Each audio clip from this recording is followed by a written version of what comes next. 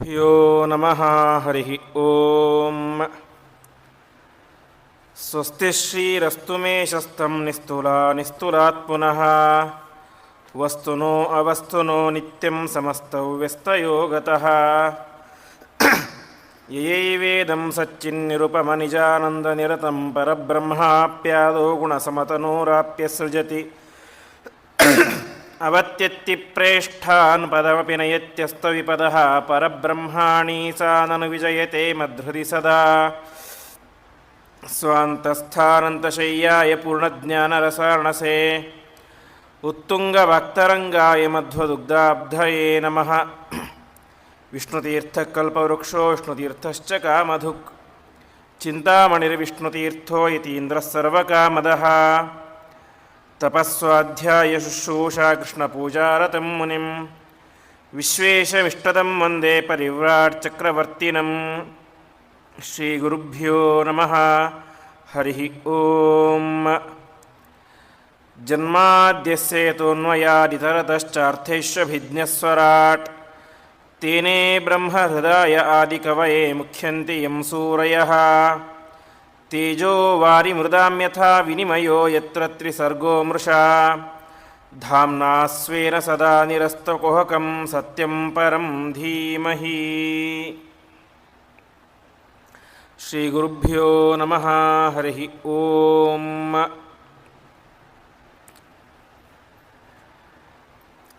ನಿನ್ನೆಯ ಪ್ರವಚನದಲ್ಲಿ ನಾವು ಕಂಡಂತೆ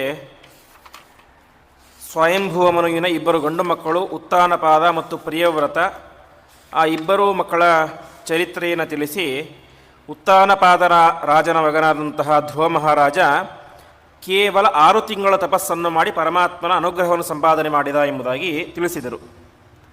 ಅದಕ್ಕೆ ವ್ಯಾಖ್ಯಾನಕಾರ ಪ್ರಶ್ನೆ ಮಾಡಿಕೊಳ್ತಾರೆ, 6 ತಿಂಗಳ ತಪಸ್ಸಿಗೆ ಪರಮಾತ್ಮ ಒಲಿಲಿಕ್ಕೆ ಹೇಗೆ ಸಾಧ್ಯ ಅಂತ.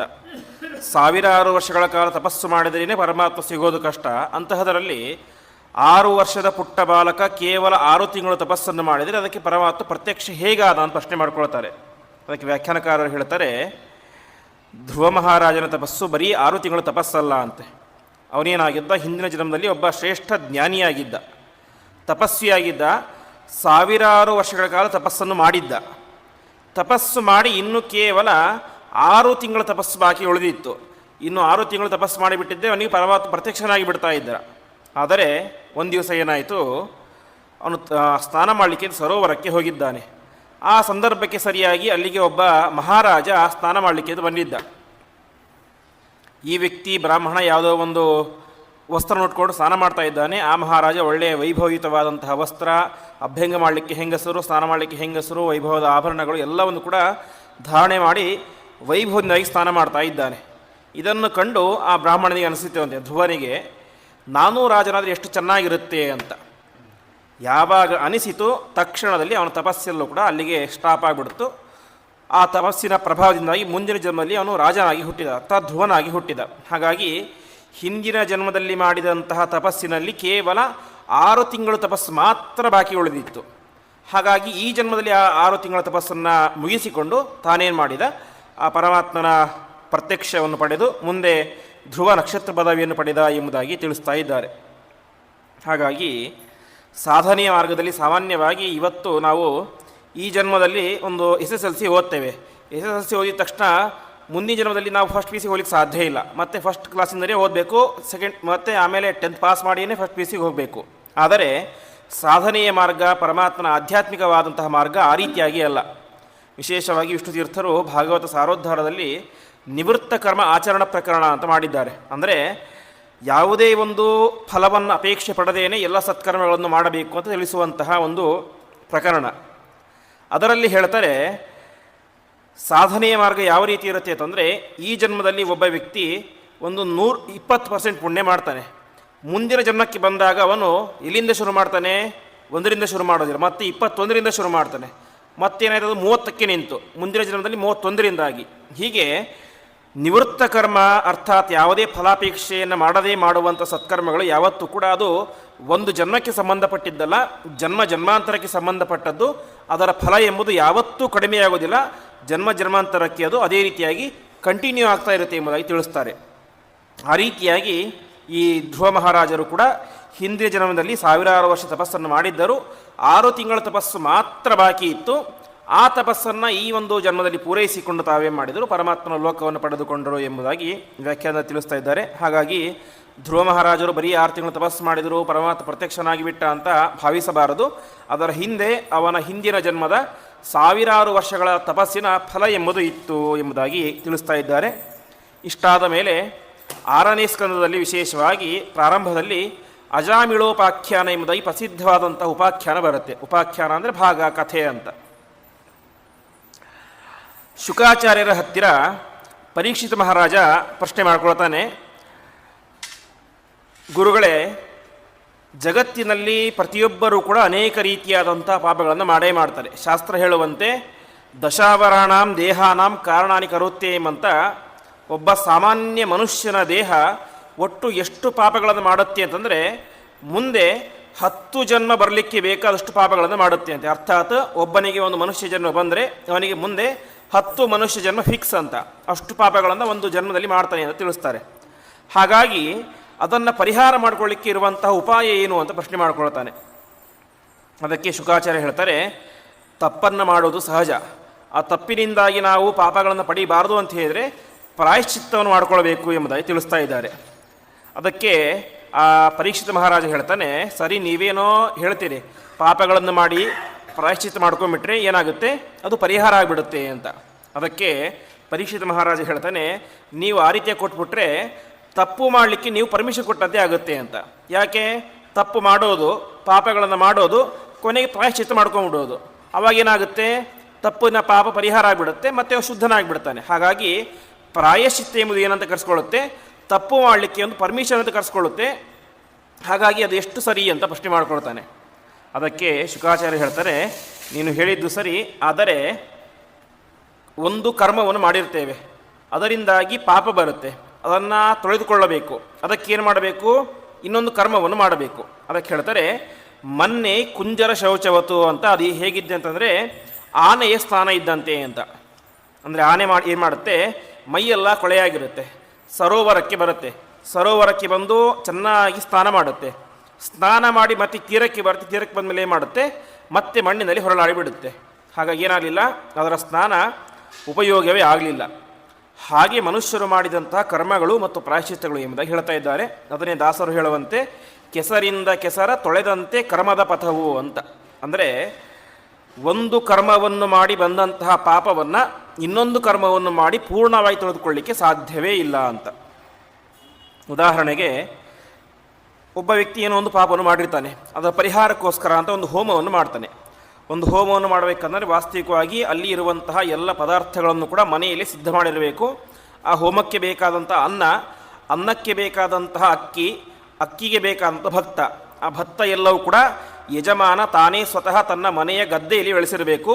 ಗದ್ದೆಯಲ್ಲಿ ಬೆಳೆದಂತಹ ಭತ್ತವನ್ನು ಅವನ ಹೆಂಡತಿಯೇ ಚೆನ್ನಾಗಿ ಕುಟ್ಟಿ ಅಕ್ಕಿಯನ್ನು ತೆಗೆದು ತಾನೇ ಸ್ವಚ್ಛ ಮಾಡಿ ಅನ್ನವನ್ನು ಮಾಡಬೇಕು. ಇನ್ನು ಹೂವುಗಳು, ಹಣ್ಣುಗಳು, ಹಂಪಲುಗಳೆಲ್ಲವೂ ಕೂಡ ಮನೆಯ ತೋಟದಲ್ಲೇ ಬೆಳೆದಿರೋದಾಗಿರಬೇಕು.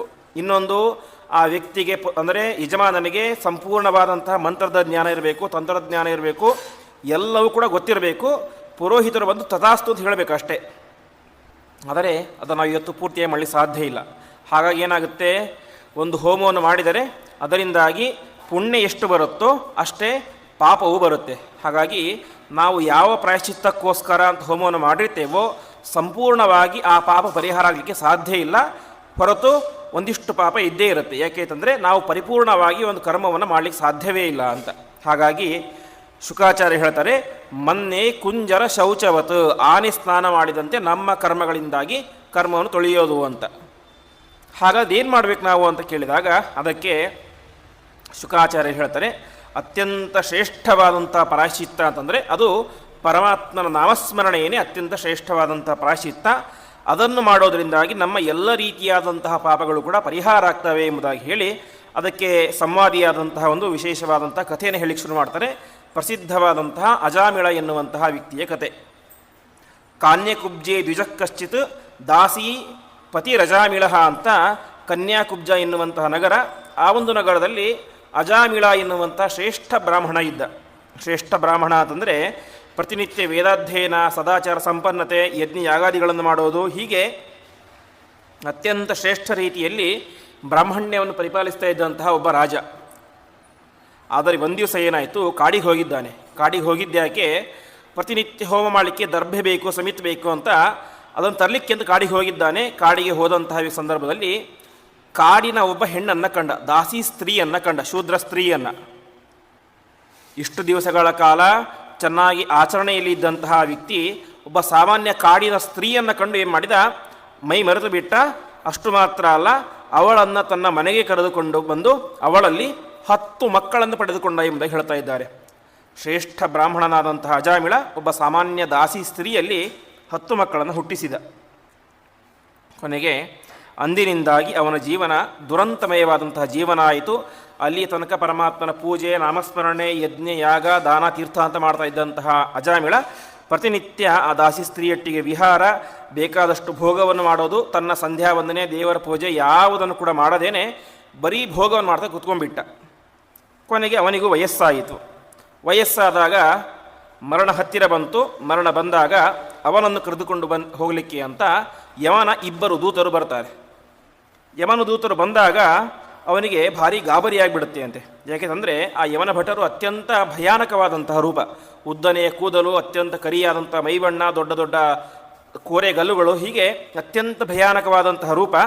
ಅಂತಹ ಅವನ ಭಯಾನಕವಾದಂತಹ ರೂಪವನ್ನು ಕೊಂಡು ಅವನಿಗೆ ಭಾರಿ ಹೆದರಿಕೆಯಾಗಿಬಿಡ್ತು. ತಕ್ಷಣ ಏನು ಮಾಡ್ತಾನೆ, ಅಲ್ಲಿ ಹತ್ತಿರದಲ್ಲಿ ಅವನ ಚಿಕ್ಕ ಮಗ ಆಟ ಆಡ್ತಾ ಇದ್ದ, ಕೊನೆಯ ಮಗ, 10ನೆಯ ಮಗ. ಅವನ ಹೆಸರೇ ಅಂತಾನೆ ನಾರಾಯಣ ಅಂತ. ತಕ್ಷಣ ಹೆದರಿಕೆಯಿಂದಾಗಿ ಅವನೇ ಮಾಡಿದ, ನಾರಾಯಣ ಅಂತ ತನ್ನ ಮಗನನ್ನು ಜೋರಾಗಿ ಕರೆದ. ಯಾವಾಗ ನಾರಾಯಣನನ್ನು ಕರೆದನೋ ತಕ್ಷಣ ಅವನಿಗೇನಾಯಿತು, ಬುದ್ಧಿ ಜಾಗೃತವಾಯಿತು ಅಂತೆ.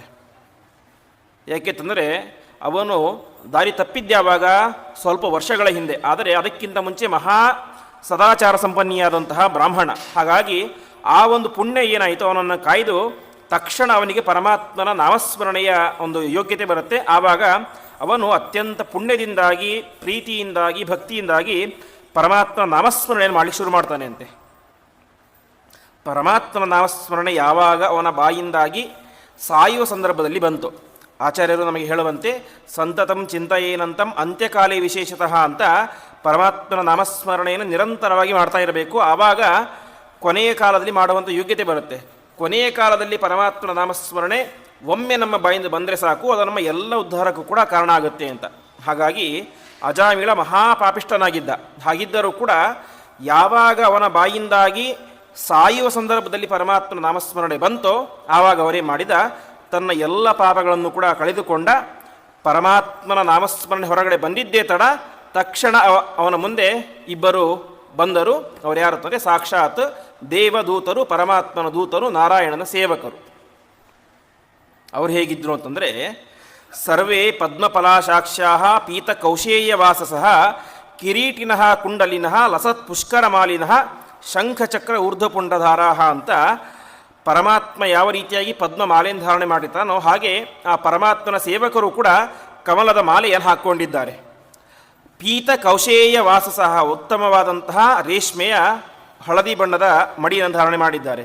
ಕಿರೀಟಿನಃ ಕುಂಡಲಿನಃ ಕಿರೀಟ ಇದೆ, ಕಿವಿಯಲ್ಲಿ ಕುಂಡಲ ಇದೆ. ಹೀಗೆ ಉತ್ತಮವಾದಂತಹ ಶಂಖ, ಚಕ್ರ, ಊರ್ಧ್ವಪುಂಡ ಎಲ್ಲವನ್ನು ಕೂಡ ಧಾರಣೆ ಮಾಡಿಕೊಂಡು ಆ ಪರಮಾತ್ಮನ ಸೇವಕರು ಬಂದಿದ್ದಾರೆ. ಬಂದಾಗ ಅವನಿಗೆ ಏನಾಯಿತು, ಪರಮಾತ್ಮನ ನಾಮಸ್ಮರಣೆ ಎಂಬುದು ಬಂತು. ಆವಾಗ ಯಾಕೆ ಬಂತು ಅಂತಂದರೆ, ನಾಮಸ್ವಾಮಿತೆಯ ತಸ್ಯ ಸ್ಮರಣಂ ಜಾಯತೇತಃ ಅಂತ ಅವನು ಕರೆದಿದ್ಯಾರನ್ನ, ನಾರಾಯಣ ಅಂತ ತನ್ನ ಮಗನನ್ನು. ಆದರೆ ನಿಜವಾಗಿಯೂ ನಾರಾಯಣ ಶಬ್ದಕ್ಕೆ ಸ್ವಾಮಿ, ಒಡೆಯ ಯಾರು, ಆ ಪರಮಾತ್ಮ, ನಾಮಸ್ವಾಮಿ ಅವನು. ಹಾಗಾಗಿ ಏನಾಯಿತು, ಪರಮಾತ್ಮನ ಸ್ಮರಣೆ ಅವನಿಗೆ ಬಂತು. ಪರಮಾತ್ಮನ ಸೇವಕರು ಬಂದರು, ಯಮದೂತರು ಇವನನ್ನು ಎಳೆದುಕೊಂಡು ಹೋಗ್ತಾ ಇದ್ದಾರೆ. ತಕ್ಷಣ ಅವರು ಬಂದು ತಡೀತಾ ಇದ್ದಾರೆ, ಯಾಕೆ ಇವನು ಕರ್ಕೊಂಡು ಹೋಗ್ತಾ ಇದ್ದೀರಿ ಅಂತ. ಅದಕ್ಕೆ ಅವರು ಹೇಳ್ತಾರೆ, ನೋಡು, ಈ ಅಜಾಮಿಳ ಮಹಾಪಾಪಿಷ್ಠನಾದಂತಹ ವ್ಯಕ್ತಿ, ಇವನಿಗೆ ಯೋಗ್ಯವಾದಂತಹ ಸ್ಥಳ ಅಂದರೆ ನರಕವೇ ಆಗಿದೆ. ಹಾಗಾಗಿ ನಮ್ಮ ಸ್ವಾಮಿಯಾದಂತಹ ಯಮ ಆಜ್ಞೆ ಮಾಡಿದ್ದಾನೆ, ಇವರನ್ನು ಕರೆದುಕೊಂಡು ಬನ್ನಿ ಅಂತ. ಹಾಗಾಗಿ ನಾವು ಕರೆದುಕೊಂಡು ಹೋಗ್ತಾ ಇದ್ದೀವಿ ಅಂತ ಹೇಳ್ತಾರೆ ಅಂತೆ. ಆವಾಗ ಪರಮಾತ್ಮ ದೂತರು ಹೇಳ್ತಾರೆ, ಸರ್ವಥಾ ಸಾಧ್ಯ ಇಲ್ಲ. ಯಾಕೆಂದರೆ ಯಾವ ವ್ಯಕ್ತಿ ತನ್ನ ಕೊನೆಯ ಕಾಲದಲ್ಲಿ ಪರಮಾತ್ಮನ ನಾಮಸ್ಮರಣೆಯನ್ನು ಮಾಡ್ತಾನೋ ಅವನಿಗೆ ನರಕ ಆಗಲಿಕ್ಕೆ ಸಾಧ್ಯವೇ ಇಲ್ಲ. ಹಾಗಾಗಿ ಇವನು ಎಷ್ಟು ಪಾಪ ಮಾಡಿದ್ದರೂ ಕೂಡ ಈಗೇನು ಮಾಡಿದ್ದಾನೆ, ಪರಮಾತ್ಮನ ನಾಮಸ್ಮರಣೆ ಮಾಡಿದ್ದಾನೆ. ಹಾಗಾಗಿ ನಾವು ಇವನನ್ನು ಅವಶ್ಯವಾಗಿ ಸ್ವರ್ಗಕ್ಕೆ, ಪರಮಾತ್ಮ ಲೋಕಕ್ಕೆ ಕರೆದುಕೊಂಡು ಹೋಗ್ತೀವಿ ಎಂಬುದಾಗಿ ತಿಳಿಸ್ತಾ ಇದ್ದಾರೆ. ಇಷ್ಟಾಯಿತು. ಕೊನೆಗೆ ಅತ್ಯಂತ ಇಬ್ಬರಿಗೂ ಕೂಡ ವಾಗ್ವಾದ ಆಗುತ್ತೆ, ಎಲ್ಲಿಗೆ ಹೋಗಬೇಕು ಅಂತ. ಕೊನೆಗೆ ಪರಮಾತ್ಮನ ಭಕ್ತರಿಗೆದ್ದು ಅವನನ್ನು ಉದ್ಧಾರ ಮಾಡ್ತಾನೆ ಎಂದು ಇಷ್ಟು ವಿಚಾರ ಬರುತ್ತೆ. ಇಷ್ಟೆಲ್ಲ ಕೇಳಿದಾಗ ಅಜಾಮಿಳನಿಗೆ ತುಂಬ ಬೇಸರ ಆಗಿಬಿಡ್ತು ಅಂತೆ. ಎಷ್ಟು ದೊಡ್ಡ ಯೋಗ್ಯತಾ ಇರುವಂಥ ಶರೀರವನ್ನು ಪರಮಾತ್ಮ ಕೊಟ್ಟಿದ್ದಾನೆ, ನಾನು ನೋಡಿದರೆ ಆ ಯಾವುದೋ ದಾಸಿ ಸ್ತ್ರೀಯನ್ನು ಮದುವೆ ಮಾಡಿಕೊಂಡು ನನ್ನ ಇಡೀ ಜೀವನವನ್ನೇ ಹಾಳು ಮಾಡ್ಕೊಂಡ್ಬಿಟ್ಟೆ. ಆದರೂ ಪರಮಾತ್ಮ ನನ್ನ ಮೇಲೆ ದೊಡ್ಡ ಅನುಗ್ರಹ ಮಾಡಿದ. ಕೊನೆಯ ಕಾಲದಲ್ಲಿ ಮಾಡಿದಂತಹ ಕೇವಲ ಒಂದೇ ಒಂದು ನಾಮಸ್ಮರಣೆ, ನಾರಾಯಣ ಅಂತ ನಾಮಸ್ಮರಣೆಯಿಂದಾಗಿ ಪರಮಾತ್ಮ ಏನು ಮಾಡಿದ, ನನ್ನನ್ನು ಉದ್ಧಾರ ಮಾಡಿಬಿಟ್ಟ ಎಂಬುದಾಗಿ ಅವನಿಗೆ ವಿಶೇಷವಾದಂತಹ ಒಂದು ಬುದ್ಧಿ ಆಗುತ್ತೆ. ಕೊನೆಗೆ ತಾನೇ ಮಾಡಿದ ಎಲ್ಲವನ್ನು ಕೂಡ ತ್ಯಾಗ ಮಾಡಿ ಹರಿದ್ವಾರದ ಗಂಗಾ ತೀರಕ್ಕೆ ಹೋಗಿ ಅಲ್ಲಿ ತ್ರಿವಿಕ್ರಮ ದೇವಸ್ಥಾನ ಅಂತ ಇದೆ. ಆ ತ್ರಿವಿಕ್ರಮ ದೇವಸ್ಥಾನದಲ್ಲಿ ವಿಶೇಷವಾಗಿ ತಪಸ್ಸನ್ನು ಮಾಡಿ ಕೊನೆಗೆ ತನ್ನ ದೇಹತ್ಯಾಗವನ್ನು ಮಾಡಿ ಪರಮಾತ್ಮನ ಲೋಕವನ್ನು ಪಡೆದುಕೊಳ್ತಾನೆ ಎಂಬುದಾಗಿ ತಿಳಿಸ್ತಾ ಇದ್ದಾರೆ. ಕೆಲವರೇನು ಮಾಡ್ತಾರೆ, ಈ ಕಥೆಯನ್ನು ಸ್ವಲ್ಪ ಬೇರೆ ರೀತಿ ಹೇಳಿಬಿಡ್ತಾರೆ. ನಾರಾಯಣ ಅಂತ ಕರೆದ ತಕ್ಷಣ ಮೋಕ್ಷಕ್ಕೆ ಹೋಗಿಬಿಟ್ಟ ಅಂತ. ಅದಕ್ಕೆ ಆಚಾರ್ಯರು ಹೇಳ್ತಾರೆ, ನಾರಾಯಣ ಅಂತ ಕರೆದ ತಕ್ಷಣ ಅವನು ಮೋಕ್ಷಕ್ಕೆ ಹೋದದ್ದಲ್ಲ. ನಾರಾಯಣ ಅಂತ ಕರೆದ ತಕ್ಷಣ ಅವನಿಗೇನಾಯಿತು, ಪರಮಾತ್ಮನ ನಾಮಸ್ಮರಣೆ ಮಾಡುವಂತಹ ಒಂದು ಯೋಗ್ಯತೆ ಬಂತು. ಆಮೇಲೆ ಪರಮಾತ್ಮನ ನಾಮಸ್ಮರಣೆ ಮಾಡ್ತಾನೆ. ಆಮೇಲೆ ಪರಮಾತ್ಮನ ದೂತರು ಬರ್ತಾರೆ, ಯಮನ ದೂತರನ್ನು ವಾಪಸ್ ಕಳಿಸ್ತಾರೆ. ಅದಾದ ಮೇಲೆ ಅವನು ಅನೇಕ ವರ್ಷಗಳ ಕಾಲ ತಪಸ್ಸನ್ನು ಮಾಡಿ ಆಮೇಲೆ ಪರಮಾತ್ಮ ಲೋಕಕ್ಕೆ ಹೋದ ಅಂತ. ಹಾಗಾಗಿ ಪರಮಾತ್ಮ ಅಂತ ಕರೆದ ತಕ್ಷಣ ಮೋಕ್ಷಕ್ಕೆ ಹೋಗ್ಲಿಕ್ಕೆ ಸಾಧ್ಯ ಇಲ್ಲ. ಮೋಕ್ಷಕ್ಕೆ ಸಾಧನವಾದದ್ದು ಯಾವುದು? ಜ್ಞಾನವೇ ಮೋಕ್ಷ. ಅದರಲ್ಲೂ ಕೂಡ ವಿಶೇಷವಾಗಿ ವಿಷ್ಣು ತೀರ್ಥರು ಅಧ್ಯಾತ್ಮ ರಸರಂಜನೆಯಲ್ಲಿ ಹೇಳುವಂತೆ, ಬಿಂಬಪೂಜನ ಮಂತರ ನಚ ಮುಕ್ತಿರಸ್ತೆ ಕಸ್ಯಚಿತ್ ಸರ್ವಮನ್ಯದನುಷ್ಠಿತಂ ನನು ಚಿತ್ತ ಶೋಧನಪೂರ್ವಕಂ ಅಂತ ಬಿಂಬರೂಪಿಯಾದಂತಹ ಪರಮಾತ್ಮನ ದರ್ಶನದಿಂದಲೇ ಏನು ಸಾಧ್ಯ? ಮೋಕ್ಷ ಸಾಧ್ಯ. ಹಾಗಾದರೆ ಈ ಪ್ರವಚನ ಯಾಕೆ ಬೇಕು, ಪಾಠ ಯಾಕೆ ಬೇಕು, ದೇವರ ಪೂಜೆಯಲ್ಲಿ ಯಾಕೆ ಬೇಕು, ದಾನ ಯಾಕೆ ಬೇಕು ಅಂತಂದರೆ, ಸರ್ವಮನ್ಯದನುಷ್ಠಿತಂ ನನು ಚಿತ್ತ ಶೋಧನಪೂರ್ವಕಂ ಅಂತ ಬಿಂಬರೂಪಿ ಪರಮಾತ್ಮ ನಮ್ಮ ಒಳಗಡೆ ಪ್ರತ್ಯಕ್ಷನಾಗೋದು ಯಾವಾಗ? ಮನಸ್ಸು ಶುದ್ಧವಾಗಿದ್ದಾಗ. ಮನಸ್ಸು ಶುದ್ಧವಾಗೋದು ಯಾವಾಗ? ಇಂಥ ಸತ್ಕರ್ಮಗಳಿಂದಾಗಿ. ಹಾಗಾಗಿ ಇವೆಲ್ಲವನ್ನು ಕೂಡ ಮಾಡಬೇಕು ಎಂಬುದಾಗಿ ತಿಳಿಸ್ತಾ ಇದ್ದಾರೆ. ಈ ರೀತಿಯಾಗಿ ಅಜಾಮಿಳ ಮುಂದೆ ಎಲ್ಲವನ್ನು ಕೂಡ ಬಿಟ್ಟು ಪರಮಾತ್ಮನ ಲೋಕವನ್ನು ಸೇರಿದ ಎಂಬುದಾಗಿ ತಿಳಿಸ್ತಾ ಇದ್ದಾರೆ. ಇದಕ್ಕೆ ವಿಶೇಷವಾಗಿ ಮಧ್ವಾಚಾರ್ಯರು ತಮ್ಮ ಕೃಷ್ಣಾಮೃತ ಮಹಾರಣವದಲ್ಲಿ ಪರಮಾತ್ಮನ ನಾಮಸ್ಮರಣೆಯ ಮಹತ್ವವನ್ನು ತಿಳಿಸ್ತಾ ಹೋಗ್ತಾರೆ. ಪರಮಾತ್ಮನ ನಾಮಸ್ಮರಣೆಗೆ ಎಷ್ಟು ಶಕ್ತಿ ಇದೆ ಅಂತಂದರೆ, ನಾಮ್ನೋಸ್ತಿ ಯಾವತೀ ಶಕ್ತಿ ಪಾಪ ನಿರ್ಹರಣೆ ಹರೇಹೇ ತಾವತ್ ಕರ್ತುಂ ನ ಶಕ್ನೋತಿ ಪಾತಕಂ ಪಾತಕೀ ಜನಃ ಅಂತ ಪರಮಾತ್ಮನ ನಾಮಸ್ಮರಣೆ ಎಲ್ಲ ಪಾಪಗಳನ್ನು ಕೂಡ ಪರಿಹಾರ ಮಾಡುವಂಥ ಸಾಮರ್ಥ್ಯ ಇದೆ. ಎಲ್ಲಿಯವರೆಗೆ ಅಂತಂದರೆ, ಪರಮಾತ್ಮನ ನಾಮಸ್ಮರಣೆ ಎಷ್ಟು ಪಾಪಗಳನ್ನು ಪರಿಹಾರ ಮಾಡುತ್ತೋ ಅಷ್ಟು ಪಾಪಗಳನ್ನು ಮಾಡಲಿಕ್ಕೆ ಸಾಧ್ಯ ಇಲ್ಲ ಅಂತೆ. ಅಷ್ಟು ವಿಶಿಷ್ಟವಾದಂಥ ಸಾಮರ್ಥ್ಯ ಆ ಪರಮಾತ್ಮನ ನಾಮಸ್ಮರಣೆಗಿದೆ. ಮತ್ತು ಮುಂದೆ ಹೇಳ್ತಾರೆ, ನಾರಾಯಣೇತಿ ಮಂತ್ರೋಸ್ತಿ ವಾಗಸ್ತಿ ವಶವರ್ತಿನಿ ತಥಾಪಿ ನರಕೆ ಘೋರೆ ಪತಂತಿತ್ಯೇತದದ್ಭುತಂ ಅಂತ ನಾರಾಯಣ ಎನ್ನುವಂಥ ಸುಲಭವಾದಂಥ ಮಂತ್ರ ಇದೆ. ನಾಲಿಗೆ ತನ್ನ ಹಿಡಿತದಲ್ಲಿ ಇದೆ. ಇಷ್ಟೆಲ್ಲ ಇದ್ದರೂ ಕೂಡ ಮನುಷ್ಯರೇನು ಮಾಡ್ತಾರೆ, ನಾರಾಯಣ ಅಂತ ಒಂದು ಸಲ ಕೂಡ ಹೇಳದೇನೆ ನರಕದಲ್ಲಿ ಬೀಳ್ತಾರೆ. ಇದು ಭಾರಿ ಅದ್ಭುತ ಅಂತ ಯಮಧರಿಯವರು ಹಾಸ್ಯ ಮಾಡ್ತಾರೆ. ಈ ರೀತಿಯಾಗಿ ಇಷ್ಟೆಲ್ಲ ಆಗುತ್ತೆ. ಕೊನೆಗೆ ಯಮನ ಭಟರು ಇತಿಹಾಸದಲ್ಲಿಯೇ ಮೊದಲ ಬಾರಿ ಕೈ ಖಾಲಿ ಮಾಡಿಕೊಂಡು ಯವನ ಪಟ್ಟಣಕ್ಕೆ ಬರ್ತಾರೆ. ಇಲ್ಲಿ ತನಕ ಯಾವಾಗ ಭೂಲೋಕಕ್ಕೆ ಬರ್ತಾ ಇದ್ರು ಆವಾಗ ಯಾರನ್ನೂ ಕರ್ಕೊಂಡು ಹೋಗ್ತಾ ಇದ್ರು. ಆದರೆ ಅಜಾಮಿಳ ಈಗ ಬರಲಿಲ್ಲ. ಹಾಗಾಗಿ ಖಾಲಿ ಕೈಯಲ್ಲಿ ಯಮನ ಪಟ್ಟಣಕ್ಕೆ ಹೋಗ್ತಾರೆ. ಆವಾಗ ಕೇಳ್ತಾರೆ ಅಂತೆ ಯಮನ ಸೇವಕರು, ಯಮ ನೀನು ನನಗೇನು ಆಜ್ಞೆ ಮಾಡಿದ್ದು? ಅಜಾಮಿಳನನ್ನು ಕರೆದುಕೊಂಡು ಬಾ ಅಂತ. ಅಲ್ಲಿ ನೋಡಿದರೆ ಅವರೇ ಯಾರೋ ಬಂದು ನಮಗೆ ಜೋರು ಮಾಡ್ತಾ ಇದ್ದಾರೆ, ನಮಗೆ ಎಷ್ಟು ಜನ ಒಡೆಯರು, ನೀನೊಬ್ಬನೇ ನಮಗೆ ರಾಜ. ನಮಗೆ ರಾಜ ಯಾರು? ಯಮಧರ್ಮರಾಜ. ಹಾಗಾಗಿ ಅವರು ನಮಗೆ ಜೋರು ಮಾಡ್ತಾ ಇದೇನು ಅಂತ ಪ್ರಶ್ನೆ ಮಾಡ್ತಾನೆ. ಆವಾಗ ಯಮದೇವರು ಹೇಳುವಂತಹ ಮಾತು, ಅವರು ಮಾಡಿದ್ದು ಸರಿಯಾಗೇ ಇದೆ. ಹಾಗಾಗಿ ನೀವು ಇನ್ನು ಮುಂದೆ ಯಾರನ್ನ ನನ್ನ ಲೋಕಕ್ಕೆ ಕರೆದುಕೊಂಡು ಬರಬೇಕು ಅಂತ ಹೇಳಿದ್ರೆ, ಜಿಹ್ವಾನ ಭಕ್ತಿ ಭಗವದ್ಗುಣ ನಾಮಧೇಯಂ ಚೇತಶ್ಚನ ಸ್ಮೃತಿ ಚರಣಾರವಿಂದಂ ಕೃಷ್ಣಾಯ ನೋ ನಮತಿ ಚಿರಯೇ ಕದಾಪಿ ತಾನಾನ ಯಧ್ವಂ ಅಸತೋಕೃತ ವಿಷ್ಣುಕೃತ್ಯಾನ್. ಯಾರ ನಾಲಿಗೆ ಪರಮಾತ್ಮನ ನಾಮಸ್ಮರಣೆಯನ್ನು ಮಾಡೋದಿಲ್ಲೋ ಅವರನ್ನು ಕರೆದುಕೊಂಡು ಬನ್ನಿ. ಚೇತಶ್ಚನ ಸ್ಮೃತಿ ಚರಣಾರವಿಂದಂ, ಯಾರ ಮನಸ್ಸು ಪರಮಾತ್ಮನ ಸ್ಮರಣೆಯನ್ನು ಮಾಡೋದಿಲ್ಲೋ ಅವರನ್ನು ಕರೆದುಕೊಂಡು ಬನ್ನಿ. ಕೃಷ್ಣಾಯ ನೋ ನಮತಿಯೇ ಚಿರಯೇ ಕದಾಪಿ, ಯಾರ ತಲೆ ಪರಮಾತ್ಮನಿಗೆ ಬಾಗಿ ನಮಸ್ಕಾರ ಮಾಡೋದಿಲ್ಲ ಅವರನ್ನು ಕರೆದುಕೊಂಡು ಬನ್ನಿ. ತಾನಾನ ಯಧ್ವಂ ಅಸತೋಕೃತ ವಿಷ್ಣುಕೃತ್ಯಾನ್ ಅಂತ ಒಟ್ಟಿನಲ್ಲಿ ಪರಮಾತ್ಮನ ಕಾರ್ಯಗಳನ್ನು ಪರಮಾತ್ಮನ ಸೇವೆಗಳನ್ನು ಮಾಡದೇ ಇರುವಂಥ ವ್ಯಕ್ತಿಗಳನ್ನು ಕರೆದುಕೊಂಡು ಬನ್ನಿ. ಯಾರು ಪರಮಾತ್ಮನ ನಾಮಸ್ಮರಣೆಯನ್ನು ಮಾಡ್ತಾರೋ ಅಂಥವರನ್ನು ಸರ್ವಥಾ ಕರೆದುಕೊಂಡು ಬರಬೇಡಿ ಎಂಬುದಾಗಿ ತಿಳಿಸ್ತಾ ಇದ್ದಾರೆ. ಈ ರೀತಿಯಾಗಿ 6ನೇ ಸ್ಕಂದದ ಪ್ರಾರಂಭದಲ್ಲಿ ಏನಾಗುತ್ತೆ, ಈ ಒಂದು ಅಜಾಮಿಳನ ಕಥೆಯನ್ನು ವಿಶೇಷವಾಗಿ ನಮಗೆ ತಿಳಿಸ್ತಾ ಹೋಗ್ತಾರೆ. ಇದಾದ ಮೇಲೆ ಮತ್ತೆ ಪುನಃ ದಕ್ಷ ಪ್ರಜಾಪತಿಯ ಕಥೆಯನ್ನು ಶುರು ಮಾಡ್ತಾರೆ. ದಕ್ಷ ಪ್ರಜಾಪತಿ ಹಿಂದೆ ನಾವು ಕೇಳಿದಂತೆ ಆ ದಕ್ಷ ಪ್ರಜಾಪತಿ ಯಜ್ಞದ ಭಂಗದ ಪ್ರಸಂಗ ಬಂದಿತ್ತು. ಅದಾದ ಮೇಲೆ ಮತ್ತೆ ದಕ್ಷ ಪ್ರಜಾಪತಿ ಇನ್ನೊಂದು ಕಥೆಯನ್ನು ಹೇಳಿಕ್ಕೆ ಶುರು ಮಾಡ್ತಾರೆ. ಆ ದಕ್ಷ ಪ್ರಜಾಪತಿಗೆ ಅನೇಕ ಜನ ಹೆಂಡತಿಯರು, ಅದರಲ್ಲಿ ಒಬ್ಬಳು ಅಸಿಕ್ನಿ ಅಂತ ದಕ್ಷ ಪ್ರಜಾಪತಿಯ ಹೆಂಡತಿ. ಅಲ್ಲೇನಾಯಿತು, ದಕ್ಷ ಪ್ರಜಾಪತಿಯ ಅವನಿಗೆ ಒಟ್ಟು 10,000 ಮಕ್ಕಳನ್ನು ಪಡೀತಾನೆ ಅಂತೆ. ದಕ್ಷ ಪ್ರಜಾಪತಿ ಮತ್ತು ಅಸಿಕ್ನಿ ಈ ದಂಪತ್ಯದಲ್ಲಿ ಹರಿಯೇಶ್ವರು ಅಂತ ಒಟ್ಟು 10,000 ಜನ ಮಕ್ಕಳು.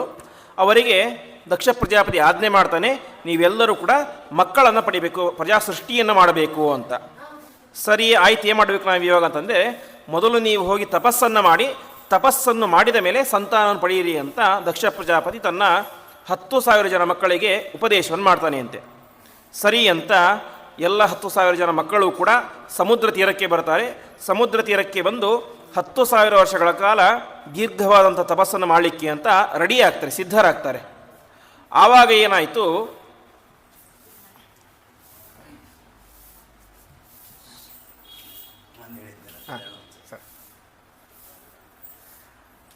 ಆ ರೀತಿಯಾಗಿ ತಪಸ್ಸು ಮಾಡಲಿಕ್ಕೆ ಅದು ಸಿದ್ಧರಾಗ್ತಾರೆ.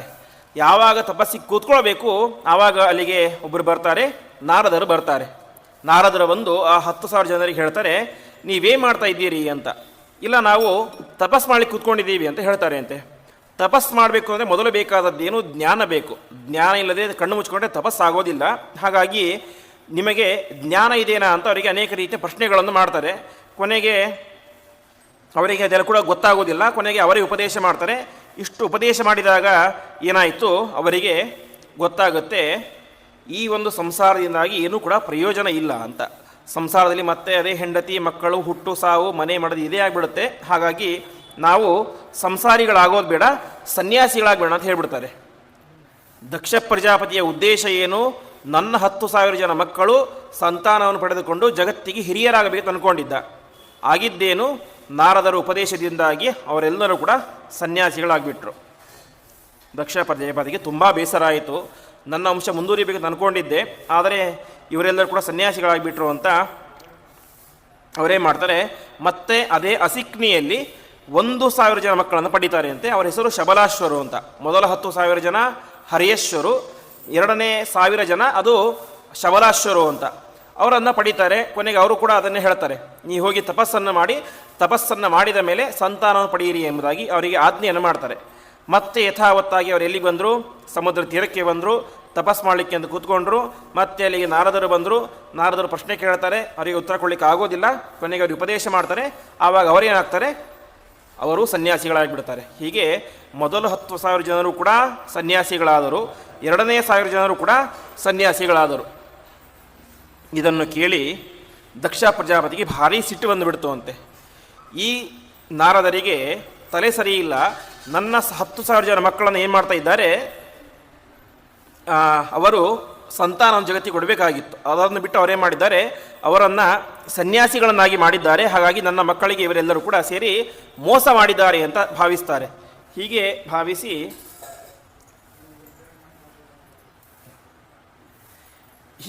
ಭಾವಿಸಿ ಅವರೇನು ಮಾಡ್ತಾರೆ, ನಾರದರಿಗೆ ಶಾಪ ಕೊಟ್ಬಿಡ್ತಾರೆ ಅಂತ. ಯಾರೋ ದಕ್ಷ ಪ್ರಜಾಪತಿ ಏನು ಅಂತ, ನೀನು ಪರಿವ್ರಾಜಕನಾಗಿ ಬಿಡು ಎಂಬುದಾಗಿ ಶಾಪವನ್ನು ಕೊಟ್ಬಿಡ್ತಾರೆ. ಅರ್ಥಾತ್ ನೀನು ನಿಂತ ಕಡೆ ನಿಲ್ಲಬಾರ್ದು, ಜಗತ್ತಿನಲ್ಲಿ ನೀನು ಎಲ್ಲ ಕಡೆ ಸಂಚಾರ ಮಾಡ್ತಾ ಇರೋ ಶಾಪವನ್ನು ಕೊಟ್ಬಿಡ್ತಾರೆ.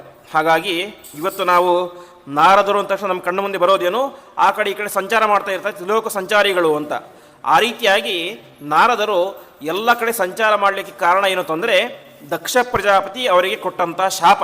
ಆ ಶಾಪದ ಪರಿಣಾಮವಾಗಿ ನಾರದರು ನಿಂತ ಕಡೆ ನಿಲ್ತಾ ಇರಲಿಲ್ಲ ಅಂತ ತಿಳಿಸ್ತಾ ಇದ್ದಾರೆ. ಈ ರೀತಿಯಾಗಿ ನಾರದರಿಗೆ ಶಾಪ ಬಂತು. ಆದರೆ ನಾರದರೇನು ಮಾಡಿದರು, ಆ ಶಾಪವನ್ನು ವರವನ್ನಾಗಿ ಪಡೆದುಕೊಂಡರಂತೆ. ಅದರಿಂದ ಏನು ಮಾಡಿದರು, ಎಲ್ಲ ಕಡೆ ಸಂಚಾರವನ್ನು ಮಾಡಿ ಎಲ್ಲ ಲೋಕಗಳಲ್ಲಿ ಕೂಡ ಪರಮಾತ್ಮನ ತತ್ವದ ಉಪದೇಶವನ್ನು ಮಾಡ್ತಾ ಸಂಚಾರ ಮಾಡ್ತಾ ಇದ್ದಾರೆ ಅಂತಾಯಿತು. ಕೊನೆಗೆ 10,000 ಜನ ಮಕ್ಕಳು ಕೂಡ ಸನ್ಯಾಸಿಗಳಾದರು, 1,000 ಜನ ಮಕ್ಕಳು ಕೂಡ ಸನ್ಯಾಸಿಗಳಾದರು.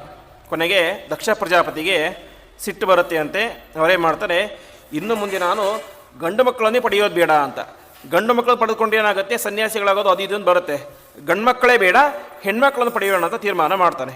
ಕೊನೆಗೆ ಅವನೇನು ಮಾಡ್ತಾನೆ, ಒಟ್ಟು 60 ಜನ ಹೆಣ್ಣು ಮಕ್ಕಳನ್ನು ದಕ್ಷ ಪ್ರಜಾಪತಿ ಪಡೀತಾ ಇದ್ದಾನೆ. ಆ ದಕ್ಷ ಪ್ರಜಾಪತಿ ಪಡೆದುಕೊಂಡು ಅವರನ್ನು ಯಮ, ಕಶ್ಯಪ ಮುಂತಾದಂಥ ಅನೇಕ ಋಷಿಮುನಿಗಳಿಗೆ ಕೊಟ್ಟು ಮದುವೆಯನ್ನು ಮಾಡ್ತಾನೆ. ಅದರಲ್ಲಿ ಕಶ್ಯಪ ಋಷಿಗಳಿಗೆ ಅದಿತಿಯನ್ನು ಕೊಡ್ತಾನೆ. ಹೀಗೆ ಅನೇಕ ಜನ ಎಲ್ಲರೂ ಕೂಡ ಆಗುತ್ತೆ. ಹೀಗೆ ಕಥೆ ಮುಂದುವರಿಯುತ್ತಾ ಒಂದು ದಿವಸ ಏನಾಗುತ್ತೆ, ದೇವತೆಗಳ ಗುರುಗಳಾದಂತಹ ಬೃಹಸ್ಪತ್ಯಾಚಾರ್ಯರು ದೇವತೆಗಳ ಮೇಲೆ ಸಿಟ್ಟು ಮಾಡ್ಕೋತಾರೆ ಅಂತ ಒಂದು ಪ್ರಸಂಗ ಬರುತ್ತೆ. ಅಂದರೆ ಏನಾಗಿತ್ತು, ಒಂದು ಸಲ ದೇವೇಂದ್ರ ಮತ್ತು ಶಚೀದೇವಿ ಅವನ ಪತ್ನಿ ಒಂದು ಕಡೆ ಕೂತ್ಕೊಂಡಿರ್ತಾರೆ. ಕೂತ್ಕೊಂಡಾಗ ಮೈ ಮರೆತು ಕೂತ್ಕೊಂಡಿರ್ತಾರೆ. ಆವಾಗ ಅಲ್ಲಿಗೆ ಸಾಕ್ಷಾತ್ ದೇವತೆಗಳ ಗುರುಗಳಾದಂತಹ ಬೃಹಸ್ಪತ್ಯಾಚಾರ್ಯರು ಬರ್ತಾರೆ. ಬೃಹಸ್ಪತ್ಯಾಚಾರ್ಯರು ಬಂದರೂ ಕೂಡ ಇಂದ್ರ ಏನು ಮಾಡಿದ, ಅವರಿಗೆ ಗೌರವವನ್ನು ಕೊಡಲಿಲ್ಲ. ಸಾಕ್ಷಾತ್ ಬೃಹಸ್ಪತ್ಯಾಚಾರ್ಯರು ದೇವೇಂದ್ರನ ಮನೆಗೆ ಬಂದಿದ್ದಾರೆ. ಬೃಹಸ್ಪತ್ಯಾಚಾರ್ಯರು ದೇವತೆಗಳ ಗುರುಗಳು, ಇಂದ್ರನ ಪರಮ ಗುರುಗಳು. ಅವರು ಮನೆಗೆ ಬಂದಾಗ ಎದ್ದು ಗೌರವವನ್ನು ಕೊಡಬೇಕಾಗಿತ್ತು. ಧರ್ಮಶಾಸ್ತ್ರಗಳು ಹೇಳುವಂತೆ ದೃಷ್ಟಿಂ ದದ್ಯಾತ್ ಮನೋದದ್ಯಾತ್ ವಾಚಂ ದದ್ಯಚ್ಚ ಸೂನೃತಾಂ ಉತ್ಥಾಯ ಚಾಸನಂ ದದ್ಯಾತ್ ಏಷ ಧರ್ಮ ಸನಾತನಃ ಆಗದೇ ಸ್ವಾಗತಂ ಬ್ರೂಯಾತ್ ಅಂತ ಹೇಳ್ತಾರೆ. ಮನೆಗೆ ಒಬ್ಬ ಅತಿಥಿಗಳು ಬಂದರೆ ನಾವೇನು ಮಾಡಬೇಕು ಮೊದಲು ಏನು ಮಾಡಬೇಕು, ಆಗತೇ ಸ್ವಾಗತಂ ಬ್ರೂಯಾತ್. ಮನೆಗೆ ಬಂದ ತಕ್ಷಣ ಅವ್ರಿಗೆ ಏನು ಹೇಳಬೇಕು, ಸ್ವಾಗತ, ಬನ್ನಿ ಬನ್ನಿ ಅಂತ ಕರಿಬೇಕು. ಆಮೇಲೆ ದೃಷ್ಟಿಂ ದದ್ಯಾತ್, ನಮ್ಮ ಕಣ್ಣನ್ನು ಅವ್ರ ಕಡೆ ಕೊಡಬೇಕು. ಅರ್ಥಾತ್ ಅವ್ರನ್ನ ದೃಷ್ಟಿ ಕೊಟ್ಟು ನೋಡಬೇಕು. ಸುಮ್ಮನೆ ಎಲ್ಲೋ ನೋಡಿಕೊಂಡು ಬನ್ನಿ ಬನ್ನಿ ಅಂತ ಹೇಳಬಾರ್ದು. ಅವರನ್ನು ಕರೆಕ್ಟಾಗಿ ನೋಡಿ ಬನ್ನಿ ಬನ್ನಿ ಅಂತ ಹೇಳಬೇಕು, ಸ್ವಾಗತ ಅಂತ ಹೇಳಬೇಕು. ಆಮೇಲೆ ಮನೋದದ್ಯಾತ್, ನಮ್ಮ ಮನಸ್ಸಲ್ಲಿರಬೇಕು. ಬೇರೆ ಎಲ್ಲ ಇದ್ಬಿಟ್ರೆ ಅವರಿಗೆ ಬೇಸರ ಆಗುತ್ತೆ. ಹಾಗಾಗಿ ನಮ್ಮ ಮನಸ್ಸನ್ನು ಅವ್ರ ಕಡೆ ಇಡಬೇಕು. ಬರೀ ಮನಸ್ಸು ದೃಷ್ಟಿ ಇದ್ದರೆ ಸಾಕಾಗೋದಿಲ್ಲ. ವಾಚಂ ದದ್ಯಾತ್, ಮನೆಗೆ ಬಂದ ಅತಿಥಿಗಳ ಹತ್ರ ಚೆನ್ನಾಗಿ ಮಾತನಾಡಬೇಕು, ಆವಾಗ ಅವರಿಗೆ ಖುಷಿಯಾಗುತ್ತೆ. ಆಮೇಲೆ ವಾಚಂ ದದ್ಯಾಚ ಸೂನೃತಾಂ ಉತ್ಥಾಯ ಚಾಸನಂ ದದ್ಯಾತ್, ಅವರಿಗೆ ಮೊದಲೇ ಮಾಡಬೇಕು, ಕೂತ್ಕೊಳ್ಳಿಕ್ಕೆ ಆಸನ ಕೊಡಬೇಕು ಅಂತೆ. ನಾವು ಕೂತ್ಕೊಂಡವರನ್ನು ನಿಲ್ಲಿಸಿರಬಾರ್ದು, ಹೊರತು ನಾವು ಕೆಳಗಡೆ ಕೂತ್ಕೊಂಡು ಅವರಿಗೆ ದೊಡ್ಡ ಆಸನ ಕೊಡಬೇಕು ಅಂತ. ಹೀಗೆ ಸ್ವಾಗತವನ್ನು ಹೇಳಬೇಕು, ದೃಷ್ಟಿ ಕೊಟ್ಟು ನೋಡಬೇಕು, ಮನಸ್ಸನ್ನು ಕೊಡಬೇಕು, ಚೆನ್ನಾಗಿ ಮಾತನಾಡಬೇಕು, ಆಸನ ಕೊಡಬೇಕು. ಮುಂದೆ ಅವರಿಗೆ ಬೇಕಾದಂಥ ಅರ್ಘ್ಯ, ಪಾದ್ಯ, ಆಹಾರ, ನೀರು ಎಲ್ಲವನ್ನು ಕೂಡ ಕೊಡಬೇಕು ಅಂತ. ಇದು ಒಬ್ಬ ಮನೆಗೆ ಬಂದಂಥ ಅತಿಥಿಗಳಿಗೆ ಮಾಡಬೇಕಾದಂಥ ಉಪಚಾರ. ಮನೆಗೆ ಬಂದದ್ದು ಸಾಮಾನ್ಯ ಅತಿಥಿ ಅಲ್ಲ, ಶ್ರೇಷ್ಠ ಗುರುಗಳಾದ ಬೃಹಸ್ಪತ್ಯಾಚಾರ್ಯ ಬಂದಿದ್ದಾರೆ. ಆವಾಗ ಕನಿಷ್ಠ ದೇವೇಂದ್ರ ಎದ್ದು ನಿಂತು ಕೂಡ ಅವರಿಗೆ ಗೌರವವನ್ನು ಕೊಡಲಿಲ್ಲ. ಇದರಿಂದಾಗಿ ಬೃಹಸ್ಪತ್ಯಾಚಾರ್ಯರಿಗೆ ಭಾರಿ ಸಿಟ್ಟು ಬರುತ್ತೆ ಅಂತಂತೆ. ಭಾರಿ ಸಿಟ್ಟು ಬಂದು ಅವರೇನು ಮಾಡ್ತಾರೆ, ಅಲ್ಲಿಂದ ವಾಪಸ್ ಹೋಗಿಬಿಡ್ತಾರೆ. ಇಂದ್ರನಿಗೆ ವಿಚಾರ ಗೊತ್ತಾಯಿತು, ನನ್ನ ಮನೆಗೆ ಗುರುಗಳು ಬಂದಿದ್ದರು, ನಾನು ಅವರಿಗೆ ಗೌರವವನ್ನು ಕೊಡಲಿಲ್ಲ ಅಂತ.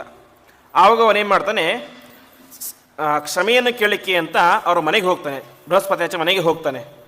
ಬೃಹಸ್ಪತ್ಯಾಚಾರ್ಯ ಸಿಟ್ಟು ಬಂದು ಅವರೇ ಮಾಡಿಬಿಡ್ತಾರೆ, ಅದೃಶ್ಯರಾಗಿ ಬಿಡ್ತಾರೆ. ಅವರ ಮನೆಗೆ ಬಂದರೆ ಬೃಹಸ್ಪತ್ಯಾಚಾರ್ಯ ಕಾಣಿಸೋದೇ ಇಲ್ಲ. ಆವಾಗ ಗೊತ್ತಾಗುತ್ತೆ, ಗುರುಗಳಿಗೆ ನನ್ನ ಮೇಲೆ ಸಿಟ್ಟು ಬಂದಿದೆ, ಅವರ ಅವಕೃಪೆಗೆ ನಾನು ಪಾತ್ರನಾಗಿದ್ದೇನೆ ಅಂತ. ಈ ವಿಚಾರ ದೈತ್ಯರಿಗೆ ಗೊತ್ತಾಗುತ್ತೆ. ಬೃಹಸ್ಪತ್ಯಾಚಾರ್ಯರು ದೇವತೆಗಳ ಮೇಲೆ ಸಿಟ್ಟಾಗಿದ್ದಾರೆ, ಹಾಗಾಗಿ ಗುರುಬಲ ಅವರಿಗಿಲ್ಲ, ಗುರು ಅಸ್ತರಾಗಿದ್ದಾರೆ ಅಂತ. ತಕ್ಷಣ ಏನು ಮಾಡ್ತಾರೆ, ಎಲ್ಲ ದೈತ್ಯರು ಕೂಡ ಸೇರಿಕೊಂಡು ದೇವತೆಗಳ ಮೇಲೆ ಯುದ್ಧ ಮಾಡಲಿಕ್ಕೆ ಅಂತ ಬರ್ತಾರೆ. ಯುದ್ಧದಲ್ಲಿ ಎಲ್ಲ ದೇವತೆಗಳು ಕೂಡ ಸೋತು ಬಿಡ್ತಾರೆ. ಯಾಕೆ? ಗುರುಗಳ ಅನುಗ್ರಹ ಇಲ್ಲ. ಒಂದೇ ಒಂದು ಕಾರಣ, ದೇವತೆಗಳು ಸೋತು ಬಿಟ್ಟರು. ಆವಾಗ ಎಲ್ಲ ದೇವಾನುದೇವತೆಗಳು ಕೂಡ ಸೇರಿಕೊಂಡು ಚತುರ್ಮುಖ ಬ್ರಹ್ಮದೇವರ ಹತ್ರ ಹೋಗ್ತಾರೆ. ದಯವಿಟ್ಟು ನಮಗೆ ಅನುಗ್ರಹವನ್ನು ಮಾಡಿ, ನಮ್ಮ ಗುರುಗಳು ನಮ್ಮನ್ನು ಬಿಟ್ಟು ಹೋಗಿಬಿಟ್ಟಿದ್ದಾರೆ, ಹಾಗಾಗಿ ನಮಗೊಬ್ಬ ಯೋಗ್ಯ ಗುರುಗಳನ್ನು ಕೊಡಿ ಎಂಬುದಾಗಿ ಪ್ರಾರ್ಥನೆ ಮಾಡ್ತಾರೆ ಅಂತೆ. ಆವಾಗ ಅವ್ರು ಹೇಳ್ತಾರೆ, ಇನ್ನೊಬ್ಬ ಬ್ರಾಹ್ಮಣ ಇದ್ದಾರೆ ವಿಶ್ವರೂಪಾಚಾರ್ಯರು ಅಂತ, ಆ ವಿಶ್ವರೂಪಾಚಾರ್ಯರನ್ನು ನೀವು ಗುರುಗಳನ್ನಾಗಿ ಸ್ವೀಕಾರ ಮಾಡಿ ಅಂತ ಹೇಳ್ತಾರೆ ಅಂತೆ. ಆ ವಿಶ್ವರೂಪಾಚಾರ್ಯರು ಯಾರು ಅಂತಂದರೆ, ತ್ವಷ್ಟೃಪ್ ಎಂಬ ಪ್ರಜಾಪತಿಯ ಮಗ. ತ್ವಷ್ಟೃಪ್ ಪ್ರಜಾಪತಿ ಮತ್ತು ರೋಚನ ಎನ್ನುವಂತಹ ಸ್ತ್ರೀ.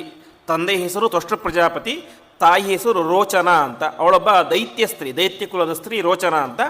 ಅವರಿಬ್ಬರ ಮಗನಾಗಿ ವಿಶ್ವರೂಪಾಚಾರ್ಯ ಅವತಾರ ಮಾಡಿರ್ತಾರೆ. ಒಬ್ಬ ದೊಡ್ಡ ಶ್ರೇಷ್ಠ ಜ್ಞಾನಿಯಾದಂಥವ್ರವರು.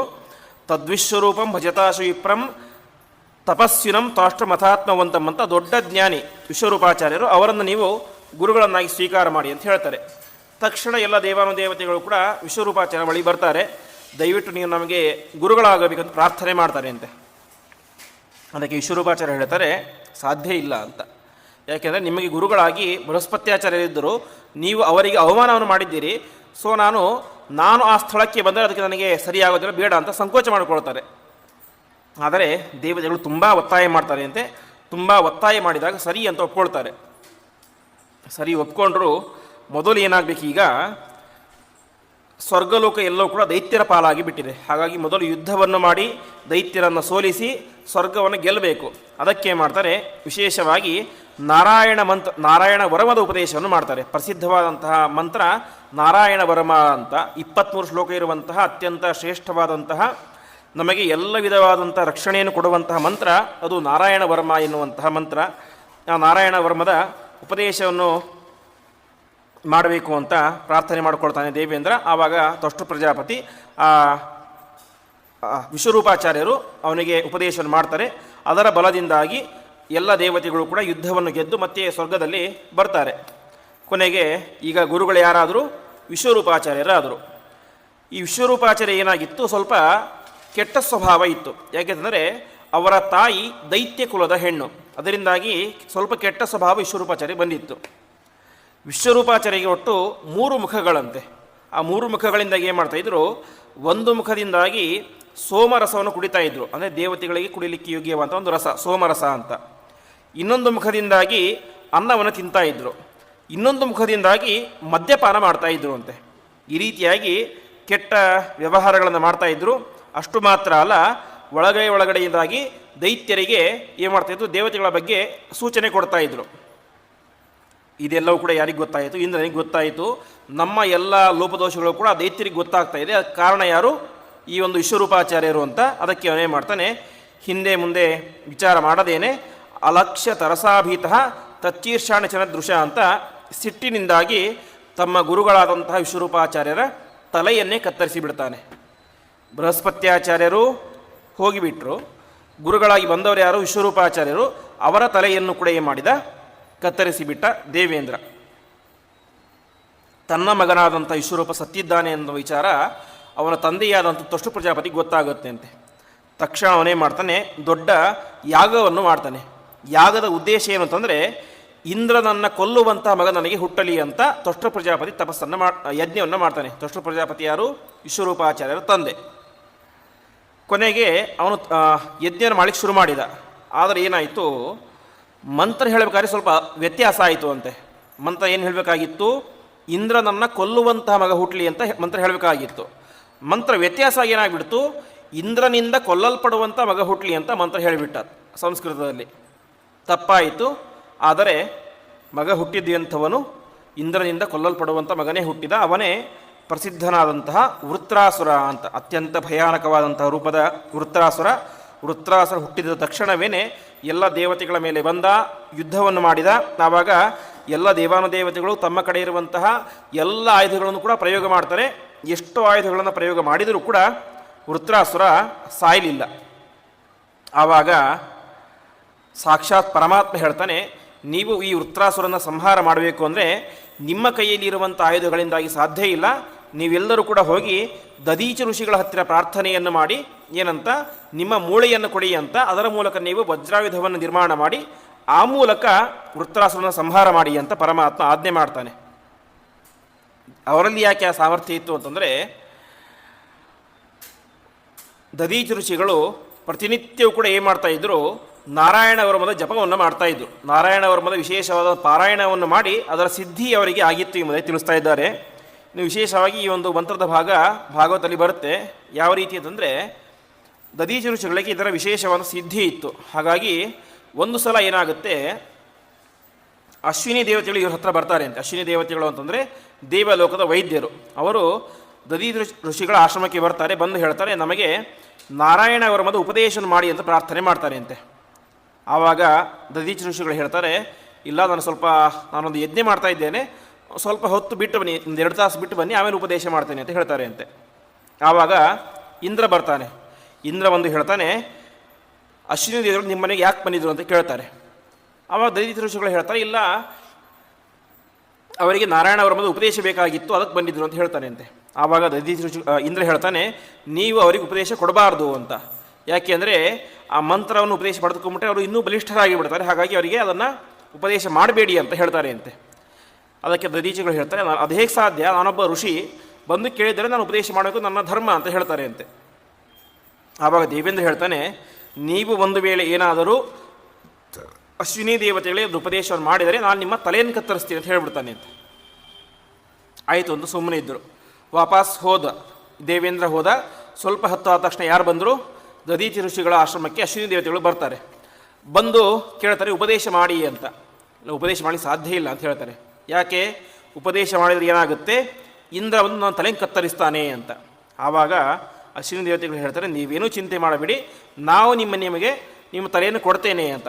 ಹೇಗೆ ಅಂದರೆ, ನೀವು ನನಗೆ ಉಪದೇಶ ಮಾಡಬೇಕು. ಹೇಗೆ ಮಾಡಬೇಕು? ನಿಮ್ಮ ತಲೆಯಿಂದ ಅಲ್ಲ, ನಿಮ್ಮ ತಲೆಯನ್ನು ನಾವು ಇವಾಗಲೇ ಕತ್ತರಿಸಿ ಬಿಡ್ತೇವೆ.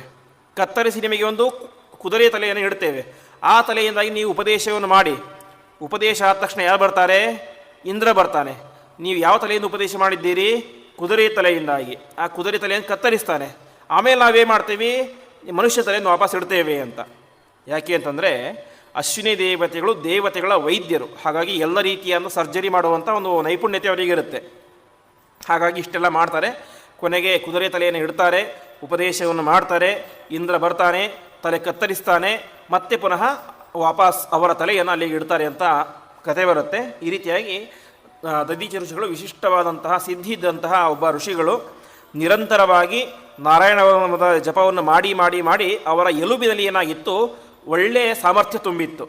ಹಾಗಾಗಿ ಆ ದೇವತೆಗಳೆಲ್ಲರೂ ಕೂಡ ಬಂದು ಕೇಳ್ತಾರೆ ಅಂತೆ, ನಮಗೆ ಈ ರೀತಿಯಾಗಿ ವೃತ್ರಾಸುರನ ಕಾಟ ಜಾಸ್ತಿಯಾಗಿದೆ, ಅವನನ್ನು ಸಂಹಾರ ಮಾಡಬೇಕು, ನಾವು ನಿಮ್ಮ ಮೂಳೆಯನ್ನು ನಮಗೆ ಕೊಟ್ಟು ಬಿಡಿ, ಅದರಿಂದಾಗಿ ನಮಗೆ ತುಂಬ ಉಪಕಾರ ಆಗುತ್ತೆ ಅಂತ ಪ್ರಾರ್ಥನೆ ಮಾಡ್ತಾರೆ ಅಂತೆ. ಬೇರೆಯವರಾಗಿದ್ದರೆ ಕೊಡ್ಲಿಕ್ಕೆ ಸಾಧ್ಯ ಇಲ್ಲ, ಹೋಗಿ ಅಂತ ಹೇಳ್ತಾ ಇದ್ದರು. ಆದರೆ ದದೀಚಿ ಋಷಿಗಳು ಅವರೆಂಥವರು ಋಷಿಗಳು, ಮುನಿಗಳು ಅಂತಂದರೆ ಯಾರು ಜಗತ್ತಿಗೆ ಹಿತವನ್ನು ಬಯಸ್ತಾರೋ ಅವರು ಮುನಿಗಳು ಅಂತ. ಹಾಗಾಗಿ ಅವರೇ ಮಾಡ್ತಾರೆ, ಅವಶ್ಯವಾಗಿ ಕೊಡ್ತೇನೆ ಅಂತ ಹೇಳ್ತಾರೆ ಅಂತೆ. ಆದರೆ ನಂದೊಂದು ಸಂಕಲ್ಪ ಇದೆ ಅಂತ ಹೇಳ್ತಾರೆ. ಏನು ಸಂಕಲ್ಪ ಅಂತಂದರೆ, ನನಗೆ ಒಂದು ದೊಡ್ಡ ಆಸೆ ಇದೆ, ಭಾರತದಲ್ಲಿ ಇರುವಂತಹ ಎಲ್ಲ ತೀರ್ಥಗಳಲ್ಲಿ ಹೋಗಿ ನನಗೆ ಸ್ನಾನ ಮಾಡಿ ಬರಬೇಕು ಅಂತ ಆಸೆ ಇದೆ. ಹಾಗಾಗಿ ನಾನೇನು ಮಾಡ್ತೇನೆ, ನೀವು ಇಲ್ಲೇ ಇರಿ, ನಾನು ಸ್ವಲ್ಪ ದಿವಸಗಳ ಕಾಲ ಹೋಗಿ ಎಲ್ಲ ಕಡೆ ಸಂಚಾರ ಮಾಡಿ ಎಲ್ಲ ತೀರ್ಥಗಳಲ್ಲಿ ಸ್ನಾನ ಮಾಡಿ ಆಮೇಲೆ ಏನು ಮಾಡ್ತೇನೆ, ನಾನು ದೇಹತ್ಯಾಗ ಮಾಡ್ತೇನೆ ಅಂತ ಹೇಳ್ತಾರೆ. ಎಲುಬು ಕೊಡೋದು ಅಂದರೆ ಏನು? ಸಾಯೋದು. ಆಮೇಲೆ ಸಾಯ್ತೇನೆ ಅಂತ ಹೇಳ್ತಾರೆ ಅಂತೆ. ಆವಾಗ ದೇವತೆಗಳು ಹೇಳ್ತಾರೆ ಅಂತೆ, ನಮಗೆ ಅಷ್ಟು ಸಂದರ್ಭ ಇಲ್ಲ, ಯುದ್ಧ ಅಲ್ಲಿ ಆಗಲೇ ಪ್ರಾರಂಭ ಆಗಿಬಿಟ್ಟಿದೆ, ಹಾಗಾಗಿ ಅದು ಸಾಧ್ಯ ಇಲ್ಲ, ನಿಮ್ಮ ದೇಹ ಕೊಟ್ಟುಬಿಡಿ ಅಂತ ಹೇಳ್ತಾರೆ ಅಂತೆ. ಇಲ್ಲ, ನನಗಿರೋದು ಅದೊಂದೇ ಆಸೆ, ಅದನ್ನು ಪೂರೈಸಲೇಬೇಕು ಅಂತ ಒತ್ತಾಯ ಮಾಡ್ತಾರೆ ಅಂತೆ. ಆವಾಗ ದೇವತೆಗಳು ಹೇಳ್ತಾರೆ, ನೀವೇನು ಚಿಂತೆ ಮಾಡಬೇಡಿ, ನಾವು 33 ಕೋಟಿ ಜನ ದೇವತೆಗಳಿದ್ದೇವೆ, ನಾವೆಲ್ಲರೂ ಕೂಡ ಒಂದೊಂದು ತೀರ್ಥಕ್ಕೆ ಹೋಗಿ ಆ ನೀರನ್ನು ತೆಗೆದುಕೊಂಡು ಬರ್ತೇವೆ, ನೀವು ಇಲ್ಲೇ ಕೂತ್ಕೊಳ್ಳಿ, ನಾವು ನಿಮಗೆ ಇಲ್ಲೇ ಅಭಿಷೇಕ ಮಾಡ್ತೀವಿ ಅಂತ ಹೇಳ್ತಾರೆ ಅಂತೆ. ಹಾಗೆ ಎಲ್ಲ ದೇವಾನುದೇವತೆಗಳು ಕೂಡ ಪ್ರತಿಯೊಂದು ನದಿ, ತೀರ್ಥ, ಸರೋವರ, ಸಮುದ್ರ ಎಲ್ಲ ಕಡೆಗೆ ಹೋಗಿ ಅಲ್ಲಿಯ ನೀರನ್ನು ಒಂದು ಬಿಂದಿಗೆ ತೆಗೆದುಕೊಂಡು ಬರ್ತಾರೆ. ದದೀಚಿ ಋಷಿಗಳನ್ನು ಒಂದು ಕಡೆ ಕೂಡಿಸ್ತಾರೆ ಅಂತೆ. ಒಂದು ಕಡೆ ಕೂಡಿಸಿ ಅವರ ಮೇಲೆ ತಾವು ಎಲ್ಲ ತೀರ್ಥಗಳಿಂದ ತಂದಂತಹ ನೀರನ್ನು ಅವರ ಮೇಲೆ ಅಭಿಷೇಕ ಮಾಡ್ತಾರೆ. ಅದೇ ಇವತ್ತು ನೈಮಿಷಾರಣ್ಯದಲ್ಲಿ ಒಂದು ದದೀಚಿ ಋಷಿಗಳ ದೇವಸ್ಥಾನ ಇದೆ, ದದೀಚಿಗಳ ಕುಂಡ ಅಂತ.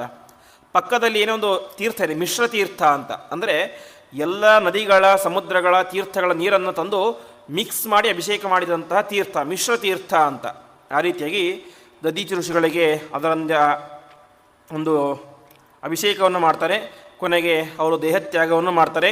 ಅವರ ಮೂಳೆಯಿಂದಾಗಿ ಅದ್ಭುತವಾದಂತಹ ವಜ್ರಾಯುಧವನ್ನು ನಿರ್ಮಾಣ ಮಾಡ್ತಾರೆ. ಆ ವಜ್ರಾಯುಧವನ್ನು ಹಿಡಿದುಕೊಂಡು ಯುದ್ಧ ಮಾಡಲಿಕ್ಕೆ ಅಂತ ಹೋಗ್ತಾನೆ ದೇವೇಂದ್ರ. ಯುದ್ಧ ಎಂಬುದು ಪ್ರಾರಂಭ ಆಯಿತು. ಪ್ರಾರಂಭ ಆದ ತಕ್ಷಣ ವೃತ್ರಾಸುರನಿಗೆ ಹೆದರಿಕೆ ಆಗಿಬಿಡುತ್ತಂತೆ. ಯಾಕೆಂದರೆ ದೇವೇಂದ್ರ ಇಷ್ಟು ಪರಾಕ್ರಮಶಾಲಿಯಾಗಿ ಯಾವತ್ತೂ ಯುದ್ಧ ಮಾಡಿರಲೇ ಇಲ್ಲ, ಆದರೆ ಇವತ್ತು ಇಷ್ಟು ಪರಾಕ್ರಮಶಾಲಿಯಾಗಿ ಯುದ್ಧ ಮಾಡ್ತಾ ಇದ್ದಾನೆ, ಹಾಗಾಗಿ ಇವತ್ತು ನನ್ನ ಸಾವು ನಿಶ್ಚಿತ ಅಂತ ಅವನಿಗೆ ಅನಿಸುತ್ತೆ ಅಂತೆ ವೃತ್ರಾಸುರನಿಗೆ. ಕೊನೆಗೆ ಇಷ್ಟೆಲ್ಲ ಆಯಿತು, ಯುದ್ಧ ಎಂಬುದು ಪ್ರಾರಂಭ ಆಗುತ್ತೆ. ಆವಾಗ ಆ ವೃತ್ರಾಸುರ ಹೇಳ್ತಾನೆ, ದೇವೇಂದ್ರ ನೀನೇನೂ ಚಿಂತೆ ಮಾಡಬೇಡ, ಆರಾಮವಾಗಿ ನನ್ನ ತಲೆಯನ್ನು ಕತ್ತರಿಸು, ನಾನು ಪರಮಾತ್ಮ ಲೋಕಕ್ಕೆ ಹೋಗ್ತೇನೆ ಅಂತ ವಿಚಿತ್ರವಾದಂಥ ಮಾತನ್ನು ಹೇಳ್ತಾನೆ. ಯಾಕೆ? ವೃತ್ರಾಸುರ ಒಬ್ಬ ಹೆಸರು ಹೇಳುವಂತೆ ಅಸುರ, ಅವನೊಬ್ಬ ದೈತ್ಯ. ಆದರೆ ಹೇಳ್ತಾ ಇರೋದೇನು?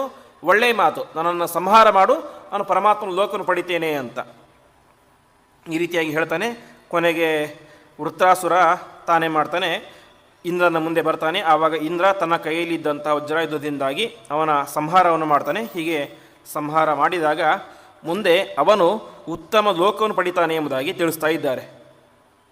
ಇದು ಹೇಗೆ ಸಾಧ್ಯ ಆಯಿತು ಅಂತಂದರೆ ಅವನೊಬ್ಬ ಅಸುರ, ಅವನಿಗೆ ಹೇಗೆ ಉದ್ಧಾರ ಆಯಿತು ಅಂತಂದರೆ ಅದಕ್ಕೆ ಹೇಳ್ತಾರೆ, ಹಿಂದೆ ಒಬ್ಬ ರಾಜ ಇದ್ದ, ಚಿತ್ರಕೇತು ಎನ್ನುವಂಥ ಒಬ್ಬ ರಾಜ ಇದ್ದ. ಆ ಚಿತ್ರಕೇತು ರಾಜನಿಗೆ ಮಕ್ಕಳಾಗಿರಲಿಲ್ಲ. ಅವನೇನು ಮಾಡ್ತಾನೆ, ಒಂದು ಪುತ್ರಕಾಮೇಷ್ಟಿ ಯಾಗವನ್ನು ಮಾಡ್ತಾನೆ.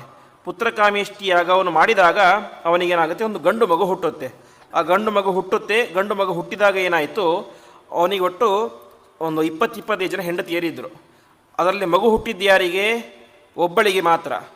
ಹಾಗಾಗಿ ಉಳಿದವರಿಗೆ ಏನಾಯಿತು, ಸವತಿ ಭಾವನೆ ಬಂತು. ನಮಗೆ ಮಕ್ಕಳಾಗಲಿಲ್ಲ, ಅವಳಿಗೆ ಮಕ್ಕಳಾಯಿತು ಅಂತ ಅಂದುಕೊಂಡು ಅವರೇ ಮಾಡಿದರು, ಎಲ್ಲರೂ ಕೂಡ ಸೇರಿ ವಿಷವನ್ನು ಹಾಕಿ ಆ ಚಿಕ್ಕ ಮಗುವನ್ನೇ ಕೊಂದು ಬಿಡ್ತಾರೆ. ಕೊನೆಗೇನಾಯಿತು, ಒಬ್ಬ ಜ್ಞಾನಿಗಳು ಬರ್ತಾರೆ, ಆಂಗಿರಸ ಋಷಿಗಳು ಅಂತ. ಅವರು ಬಂದು ಆ ಮಗುವನ್ನು ಬದುಕಿಸ್ತಾರೆ ಅಂತೆ. ಬದುಕಿಸಿದಾಗ ಏನಾಗುತ್ತೆ, ಆ ಚಿಕ್ಕ ಮಗು ಅಲ್ಲಿದ್ದಂತಹ ಪ್ರತಿಯೊಬ್ಬರಿಗೂ ಕೂಡ ಉಪದೇಶ ಮಾಡಲಿಕ್ಕೆ ಶುರು ಮಾಡುತ್ತೆ ಅಂತೆ. ಆ ರಾಜನಿಗೆ ಉಪದೇಶ ಮಾಡಲಿಕ್ಕೆಲ್ಲ ಶುರು ಮಾಡುತ್ತೆ. ಹೀಗೆ ಉಪದೇಶ ಎಲ್ಲ ಮಾಡಿತು. ಉಪದೇಶ ಆದಮೇಲೆ ಏನಾಯಿತು, ಆ ರಾಜ ಇದ್ನಲ್ಲ, ಚಿತ್ರಕೇತು ಎನ್ನುವಂಥ ರಾಜ, ಅವನಿಗೆ ಒಳ್ಳೆಯ ಸಿದ್ಧಿ ಬಂತು ಅಂತೆ. ಸಿದ್ಧಿ ಬಂದು ಏನಾಯಿತು, ತನಗೆ ಇಷ್ಟ ಬಂದ ಕಡೆ ಆಕಾಶದಲ್ಲಿ ಹಾರುವಂಥ ಸಾಮರ್ಥ್ಯ ಚಿತ್ರಕೇತು ರಾಜನಿಗೆ ಬಂತು. ಯಾವುದರಿಂದಾಗಿ, ತನ್ನ ಮಗು ಮಾಡಿದಂಥ ಉಪದೇಶದಿಂದಾಗಿ. ಅಷ್ಟಿಷ್ಟೆಲ್ಲ ಸಿದ್ಧಿ ಬಂತು. ಒಂದು ದಿವಸ ಹೀಗೆ ಹಾರಾಡ್ತಾ ಇದ್ದ. ಆವಾಗ ಏನಾಯಿತು, ಆಕಾಶ ಹಾರಾಡಬೇಕಾದ್ರೆ ಕೈಲಾಸ ಪರ್ವತದಲ್ಲಿ ರುದ್ರದೇವರು ಮತ್ತು ಪಾರ್ವತಿ ದೇವಿ ಪರಸ್ಪರ ಆಲಿಂಗನ ಮಾಡಿ ಕೂತ್ಕೊಂಡಿದ್ರು ಅಂತೆ. ಅದನ್ನು ನೋಡಿ ಅವನೇ ಮಾಡಿದ, ಜೋರಾಗಿ ನಕ್ಕು ಬಿಟ್ಟ ಅಂತೆ. ದೊಡ್ಡ ದೇವತೆಗಳು ಅಂತ ಹೇಳ್ತಾರೆ, ನೋಡಿದರೆ ಪರಸ್ಪರ ಆಲಿಂಗನ ಮಾಡ್ಕೊಂಡಿದ್ದಾರಲ್ಲ ಅಂತ ಹಾಸ್ಯ ಮಾಡಿಬಿಡ್ತಾನೆ. ಹಾಸ್ಯ ಮಾಡಿದಾಗ ಏನಾಯಿತು, ಇದರಿಂದ ಪಾರ್ವತಿ ದೇವಿ ಸಿಟ್ಟು ಬಂತು ಅಂತೆ. ಸಿಟ್ಟು ಬಂದು ಅವಳೇ ಮಾಡಿದಳು, ನೀನು ಅಸುರನಾಗಿ ಹುಟ್ಟು ಅಂತ ಶಾಪವನ್ನು ಕೊಟ್ಟುಬಿಟ್ಲು. ಹೀಗೆ ಪಾರ್ವತಿ ಮತ್ತು ಪರಶಿವರ ಆಲಿಂಗನವನ್ನು ಕೊಂಡು ಅಪಹಾಸ್ಯ ಮಾಡಿದ್ದರ ಪರಿಣಾಮವಾಗಿ ಆ ಚಿತ್ರಕೇತು ಎನ್ನುವಂಥ ರಾಜ ಏನಾಗಿದ್ದ, ವೃತ್ರಾಸುರನಾಗಿ ಹುಟ್ಟಿದ. ವಾಸ್ತವಿಕವಾಗಿ ಅವನೊಬ್ಬ ಸಾತ್ವಿಕ ಜೀವ, ಆದರೆ ಶಾಪದ ಪ್ರಭಾವದಿಂದಾಗಿ ಅವನೇನಾಗಿದ್ದ, ಅಸುರನಾಗಿ ಹುಟ್ಟಿದ್ದ. ಯಾವಾಗ ಅಸುರ ಜನ್ಮ ಹೋಯಿತೋ ಮತ್ತೆ ಮುಂದೆ ಅವನು ಪರಮಾತ್ಮನ ಲೋಕವನ್ನು ಸೇರಿ ಉದ್ಧಾರ ಆದ ಎಂಬುದಾಗಿ ತಿಳಿಸ್ತಾ ಇದ್ದಾರೆ. ಹೀಗೆ ಷಷ್ಠಸ್ಕಂದ ಪ್ರಾರಂಭದಲ್ಲಿ ವಿಶೇಷವಾಗಿ ಪರಮಾತ್ಮನ ನಾರಾಯಣ ನಾಮದ ಮಹಿಮೆ, ಕೊನೆಯಲ್ಲಿ ನಾರಾಯಣ ವರ್ಮದ ಪ್ರಭಾವ ಯಾವ ರೀತಿಯಾಗಿರುತ್ತೆ ಅಂತ ಅದರಲ್ಲಿ ಹೇಳುವಂತೆ, ಯಾರು ಈ ಒಂದು ಮಂತ್ರವನ್ನು ಸಿದ್ಧಿ ಮಾಡಿಕೊಂಡಿರ್ತಾರೋ ನಾವು ಹೋಗಿ ಅವರ ಪಾದವನ್ನು ಮುಟ್ಟಿದರೆ ಸಾಕುವಂತೆ ನಮ್ಮ ಎಲ್ಲ ರೋಗಗಳು ಕೂಡ ಪರಿಹಾರ ಆಗುತ್ತೆ ಎಂಬುದಾಗಿ ಹೇಳ್ತಾರೆ. ಸಾಧ್ವಸಾತ್ ಸವಿಮುಚ್ಚತೆ ಅಂತ ಅತ್ಯಂತ ಶ್ರೇಷ್ಠವಾದಂತಹ ಮಂತ್ರ ಆ ನಾರಾಯಣ ವರ್ಮ ಎಂಬುದಾಗಿ ಉಪದೇಶವನ್ನು ಮಾಡಿ, ಮುಂದೆ ಆ ಸಪ್ತಮಸ್ಕಂದದಲ್ಲಿ ವಿಶೇಷವಾಗಿ ಪರಮಾತ್ಮ ನರಸಿಂಹರೂಪಿಯಾಗಿ ಪ್ರಹ್ಲಾದನ ಉದ್ಧಾರಕ್ಕೆ ಎಂಬುದಾಗಿ ಅವತಾರ ಮಾಡಿದಂಥ ಕಥೆ ಎಂಬುದು ಬರುತ್ತೆ. ಪ್ರಾರಂಭದಲ್ಲಿ ಹಿರಣ್ಯಾಕ್ಷನ ಸಂಹಾರ ನಮಗೆಲ್ಲ ಗೊತ್ತೇ ಇರುವಂತೆ, ಭೂಮಿಯನ್ನು ನೀರಿನಲ್ಲಿ ಮುಳುಗಿಸಿದಾಗ ಪರಮಾತ್ಮ ವರಾಹ ರೂಪದಿಂದಾಗಿ ಬಂದು ಅವನ ಸಂಹಾರವನ್ನು ಮಾಡ್ತಾನೆ ಎಂಬುದಾಗಿ ತಿಳಿಸ್ತಾ ಇದ್ದಾರೆ. ಒಟ್ಟು ವರಾಹ ಅವತಾರ 2 ಬಾರಿ ಆಗಿದೆ ಅಂತ. ಮೊದಲನೇ ಅವತಾರ ಶ್ವೇತವರಾಹ ಅವತಾರ, ಅಂದರೆ ಒಬ್ಬ ದೈತ್ಯ ಇದ್ದ ಹಿರಣ್ಯಾಕ್ಷ ಅಂತ. ಆವಾಗ ಮೊದಲನೇ ಬಾರಿ ಅಂದರೆ ಸೃಷ್ಟಿ ಆಗತಾನೇ ಆಗಿದೆ. ಸೃಷ್ಟಿ ಆದ ಪ್ರಾರಂಭದಲ್ಲಿ ಏನಾಯಿತು, ಭೂಮಿ ಮುಳುಗಲಿಕ್ಕೆ ಶುರುವಾಯಿತು. ಅದಕ್ಕಿನ್ನೂ ಅಭ್ಯಾಸ ಇಲ್ಲ ನಿಂತುಕೊಂಡು. ಆವಾಗ ಏನಾಯಿತು, ಪರಮಾತ್ಮ ಬ್ರಹ್ಮದೇವರ ಒಂದು ಮೂಗಿನಿಂದಾಗಿ ಹೊರಗಡೆ ಬಂದ. ಯಾವ ರೀತಿಯಾಗಿ, ಅಂಗುಷ್ಠ ಮಾತ್ರಂ ಅಂತ ಹೆಬ್ಬೆರಳಿನ ಗಾತ್ರದ ಒಂದು ಹಂದಿಯ ರೂಪದಲ್ಲಿ ಬರ್ತಾನಂತೆ. ಹಂದಿ ಬಿಳಿ ಹಂದಿ. ಇವತ್ತು ನಾವು ಹೇಳ್ತೇವೆ ಸಂಕಲ್ಪದಲ್ಲಿ ಶ್ವೇತವರಾಹ ಕಲ್ಪೆ ಅಂತ. ಈ ಕಲ್ಪದ ಪ್ರಾರಂಭದಲ್ಲಿ ಆದಂತಹ ಅವತಾರ ಶ್ವೇತವರಾಹ, ಬಿಳಿಯ ಹಂದಿಯ ಅವತಾರ. ಆದದ್ದು ಸೈಜ್ ಎಷ್ಟು, ಕೇವಲ ಹೆಬ್ಬೆಟ್ಟಿನ ಗಾತ್ರ. ಆದರೆ ಬೆಳೀತಾ ಏನಾಯಿತು, ಅದು ಒಂದು ಆನೆಯ ಆಕಾರವನ್ನು ತಾಳಿತು ಅಂತೆ. ಆವಾಗ ಆ ಹಂದಿ ಏನು ಮಾಡಿತು ಅಂದರೆ ಪರಮಾತ್ಮ ಏನು ಮಾಡಿದ, ಆ ಒಂದು ಭೂಮಿಯನ್ನು ಎತ್ತಲಿಕ್ಕೆ ಅಂತ ಹೊರಟ. ಆವಾಗ ಹಿರಣ್ಯಾಕ್ಷ ಎನ್ನುವಂಥ ದೈತ್ಯ ಬಂದು ಅದಕ್ಕೆ ಅಡ್ಡಿ ಮಾಡಿದ. ಆವಾಗ ಪರಮಾತ್ಮ ಅವನ ಸಂಹಾರವನ್ನು ಮಾಡಿದ. ಇದು ಮೊದಲ ಬಾರಿ ಆದಂತಹ ವರಾಹ ಅವತಾರ. ಅದಾದ ಮೇಲೆ ಈ ಹಿರಣ್ಯಾಕ್ಷ ಎನ್ನುವಂಥ ದೈತ್ಯ ಸ್ವಯಂ ತಾನೇ ಹೋಗಿ ಭೂಮಿಯನ್ನು ಮುಳುಗಿಸಲಿಕ್ಕೆ ಪ್ರಾರಂಭ ಮಾಡಿದ. ಆವಾಗ ಪರಮಾತ್ಮ ಮತ್ತೆ ವರಾಹನಾಗಿ ಬಂದು ಅವನ ಸಂಹಾರವನ್ನು ಮಾಡಿದ. ಇಷ್ಟೆಲ್ಲ ಆಯಿತು. ಯಾವಾಗ ಹಿರಣ್ಯಾಕ್ಷನ ಸಂಹಾರ ಆಯಿತು ಆವಾಗ ಹಿರಣ್ಯಕಶಿಪಿಗೆ ಭಾರೀ ಸಿಟ್ಟು ಬಂತು ಅಂತೆ. ಆ ಪರಮಾತ್ಮ ಹಂದಿಯ ರೂಪದಲ್ಲಿ ಬಂದು ನನ್ನ ತಮ್ಮನ್ನು ಸಂಹಾರ ಮಾಡಿಬಿಟ್ಟ. ಹಾಗಾಗಿ ನಾನು ಏನಾದರೂ ಮಾಡಿ ಅವನ ಸಂಹಾರವನ್ನು ಮಾಡಬೇಕು ಅಂತ ಮನಸ್ಸಿನಲ್ಲಿ ಚಿಂತನೆಯನ್ನು ಮಾಡ್ತಾನೆ ಅಂತೆ. ಸಂಹಾರ ಮಾಡಬೇಕು ಅಂತ ಚಿಂತನೆಯನ್ನು ಮಾಡಲಿಕ್ಕೆ ಶುರು ಮಾಡ್ತಾನೆ. ಅದಕ್ಕೆ ತಾನೇನು ಮಾಡಬೇಕು, ಜಗತ್ತಿನಲ್ಲಿ ಯಾರ್ಯಾರು ಯಜ್ಞಗಳನ್ನು ಮಾಡ್ತಾ ಇದ್ದಾರೋ, ಯಾಗಗಳನ್ನು ಮಾಡ್ತಾ ಇದ್ದೋ ಅದೆಲ್ಲವನ್ನು ಕೂಡ ಸ್ಟಾಪ್ ಮಾಡಬೇಕು ಅಂತ. ಅಂದರೆ ಅವನ ಚಿಂತನೆ ಏನು, ಜನರು ಯಜ್ಞವನ್ನು ಮಾಡಿದರೆ, ಯಾಗವನ್ನು ಮಾಡಿದರೆ, ದಾನವನ್ನು ಮಾಡಿದರೆ, ಪೂಜೆ ಮಾಡಿದರೆ ಏನಾಗುತ್ತೆ, ಪರಮಾತ್ಮನಿಗೆ ಶಕ್ತಿ ಜಾಸ್ತಿ ಆಗುತ್ತೆ, ಕೆಪಾಸಿಟಿ ಜಾಸ್ತಿ ಆಗುತ್ತೆ. ಹಾಗಾಗಿ ಜಗತ್ತಿನಲ್ಲಿ ಯಾರೂ ಕೂಡ ಯಜ್ಞ ಯಾಗಾದಿಗಳನ್ನು ಮಾಡದೇ ಹೋದರೆ ಏನಾಗುತ್ತೆ, ಪರಮಾತ್ಮನಿಗೆ ಶಕ್ತಿನೇ ಹೋಗೋದಿಲ್ಲ. ಆವಾಗ ಪರಮಾತ್ಮ ಏನಾಗ್ತಾನೆ, ದುರ್ಬಲನಾಗ್ತಾನೆ, ವೀಕ್ ಆಗ್ತಾನೆ. ಆವಾಗ ನಾನೇ ಮಾಡಬಹುದು, ಪರಮಾತ್ಮನ ಸಂಹಾರ ಮಾಡಬಹುದು ಅಂತ ಈ ರೀತಿಯಾಗಿ ವಿಚಿತ್ರವಾದಂತಹ ಆಲೋಚನೆಯನ್ನು ಮಾಡಿ ಎಲ್ಲ ಕಡೆಯೂ ಕೂಡ ಧರ್ಮ ಕಾರ್ಯಗಳು ಆಗಲೇಬಾರದು ಅಂತ ನಿಷೇಧವನ್ನು ಮಾಡಿಬಿಡ್ತಾನೆ. ಹೀಗೆ ಇಷ್ಟೆಲ್ಲ ಆಯಿತು. ಇಷ್ಟೆಲ್ಲ ಆದರೂ ಕೂಡ ಹಿರಣ್ಯಕಶಿಪಿಗೆ ತೃಪ್ತಿ ಆಗಲಿಲ್ಲ ಅಂತೆ. ನಾನೇನು ಮಾಡಬೇಕು, ಕೇವಲ ಭೂಮಿ ಮಾತ್ರ ನನ್ನ ಕಂಟ್ರೋಲ್ನಲ್ಲಿ ಇರಬಾರ್ದು, ಇಡೀ ಬ್ರಹ್ಮಾಂಡವೇ ನನ್ನ ಕಂಟ್ರೋಲ್ನಲ್ಲಿ ಇರಬೇಕು ಅಂತ ತಪಸ್ಸನ್ನು ಮಾಡಲಿಕ್ಕೆ ಶುರು ಮಾಡ್ತಾನೆ ಅಂತೆ. ತಪಸ್ಸನ್ನು ಮಾಡಿದ ಯಾವ ರೀತಿಗೆ ತಪಸ್ಸನ್ನು ಮಾಡಿದ ಅಂತಂದರೆ, ಮೈ ಮೇಲೆ ಪೂರ್ತಿ ಹುತ್ತ ಬೆಳೆದು ಬಿಟ್ಟಿದೆ. ಹುತ್ತ ಬೆಳೆದು ಏನಾಗದೆ, ಅವನ ತಲೆಯ ಮೇಲ್ಭಾಗದಿಂದಾಗಿ ಜೋರಾದಂಥ ಬೆಂಕಿ ಬರ್ತಾ ಇದೆ ಅಂತೆ. ಮೈಯಲ್ಲಿ ಒಂದು ಹನಿ ರಕ್ತ ಇಲ್ಲ, ಆ ತಲೆಯಿಂದಾಗಿ ಜೋರಾಗಿ ಬೆಂಕಿ ಬರ್ತಾ ಇದೆ. ಆ ಬೆಂಕಿ ಎಂಬುದು ಏನಾಯಿತು, ಇಡೀ ಭೂಮಿಯನ್ನೇ ಸುಡ್ತಾ ಇದೆ ಅಂತ. ಇಡೀ ಭೂಮಿ, ಎಲ್ಲ ಭೂಮಂಡಲಗಳನ್ನು ಸುಡ್ತಾ ಇದೆ. ಈ ರೀತಿಯಾಗಿ ಆದಾಗ ಎಲ್ಲ ದೇವತೆಗಳು ಕೂಡ ಬಂದು ಬ್ರಹ್ಮದೇವರ ಹತ್ರ ಪ್ರಾರ್ಥನೆಯನ್ನು ಮಾಡ್ತಾರೆ ಅಂತೆ. ಈ ರೀತಿಯಾಗಿ ಪ್ರಾರ್ಥನೆ ಮಾಡಿದಾಗ ಬ್ರಹ್ಮದೇವರು ಅಲ್ಲಿಗೆ ಬರ್ತಾರೆ, ತಪಸ್ಸು ಮಾಡ್ತಿದ್ದ ಸ್ಥಳಕ್ಕೆ ಬರ್ತಾರೆ. ಆದರೆ ಅಲ್ಲಿ ಏನಾಗೋದಿಲ್ಲ, ಅವರಿಗೆ ಹಿರಣ್ಯಕಶಿಪು ಕಾಣಿಸೋದೇ ಇಲ್ಲ ಅಂತೆ. ಮತ್ತಾರು ಕಾಣಿಸಿದ್ರು ಅಂತಂದರೆ, ನದದರ್ಶ ಪ್ರತಿಚ್ಛನ್ನಂ ವಲ್ಮೀಕತೃಣ ಕೀಚಕೈ ಪಿಪೀಲಿಕಾಭಿರಾಚೀರ್ಣಂ ಮೇಧಸ್ತ್ವಂಗ್ ಮಾಂಸಶೋಣಿತಂ ಅಂತ ಅಲ್ಲಿ ಹಿರಣ್ಯಕಶಿಪಿನೇ ಕಾಣಿಸ್ತಾ ಇಲ್ಲ. ಮತ್ತೇನಾಗಿದೆ, ಮೈ ಮೇಲೆ ಪೂರ್ತಿ ಹುತ್ತ ಬೆಳೆದಿದೆ, ದೊಡ್ಡ ದೊಡ್ಡ ಗಿಡ ಮರಗಳೇನೆ ಅವನ ಮೈ ಮೇಲೆ ಬೆಳೆದು ಬಿಟ್ಟಿವೆ. ಹೀಗೆ ಸುಮಾರು ಸಾವಿರಾರು ವರ್ಷಗಳ ಕಾಲ ತಪಸ್ಸನ್ನು ಮಾಡಿದಂತಹ ವ್ಯಕ್ತಿ ಅದು ಹಿರಣ್ಯಕಶಿಪು.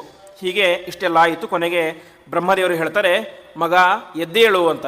ಯಾಕೆ ಅಂತಂದರೆ, ನೀನು ಎಂಥವನು, ನೈತತ್ಪೂರ್ವಂ ಋಷಯಶ್ಚಕ್ರೋ ಅಂತ ನೀನು ಮಾಡಿದಂತಹ ತಪಸ್ಸನ್ನು ಯಾವ ಋಷಿಮುನಿಗಳು ಕೂಡ ಮಾಡಲಿಕ್ಕೆ ಸಾಧ್ಯ ಇಲ್ಲ. ಅಷ್ಟು ಉಗ್ರವಾದಂತಹ ಕಠೋರವಾದ ತಪಸ್ಸನ್ನು ಮಾಡಿದ್ದೀಯ, ನನಗೆ ತೃಪ್ತಿಯಾಗಿದೆ, ಎದ್ದೇಳು ಅಂತ ಬ್ರಹ್ಮದೇವರು ಎಬ್ಬಿಸ್ತಾರೆ ಅಂತೆ. ಎಬ್ಬಿಸಿದಾಗ ಆ ಬ್ರಹ್ಮದೇವರು ಹೇಳ್ತಾರೆ, ನಿನಗೇನು ವರ ಬೇಕು ಕೇಳು, ನಾನು ಅವಶ್ಯವಾಗಿ ಕೊಡ್ತೇನೆ ಅಂತ ಹೇಳ್ತಾರೆ ಅಂತೆ. ಆವಾಗ ಯಾವ ಹಿರಣ್ಯಕಶಿಪು ಕೇಳ್ತಾನೆ, ಮೊದಲನೇದಾಗಿ ನನಗೆ ಸಾವೇ ಬರಬಾರದು ಎನ್ನುವಂಥ ವರವನ್ನು ಕೇಳ್ತಾನೆ ಅಂತೆ. ಅದಕ್ಕೆ ಬ್ರಹ್ಮದೇವರು ಹೇಳ್ತಾರೆ, ಅದು ಸಾಧ್ಯ ಇಲ್ಲ ಅಂತ. ಯಾಕೆಂದರೆ ನನ್ನನ್ನೇ ಸಾಯಿಸುವಂಥ ಒಬ್ಬ ವ್ಯಕ್ತಿ ಮೇಲ್ಗಡೆ ಇದ್ದಾನೆ, ಹಾಗಾಗಿ ನನಗೇ ಸಾವಿದೆ, ಬ್ರಹ್ಮದೇವರಿಗೂ ಕೂಡ ಸಾವಿದೆ. ಯಾವಾಗ ಅವರಿಗೆ 100 ವರ್ಷ ಆಯಸ್ಸು ಆದ ಮೇಲೆ ಅವರಿಗೂ ಕೂಡ ಸಾವಿದೆ ಅಂತ.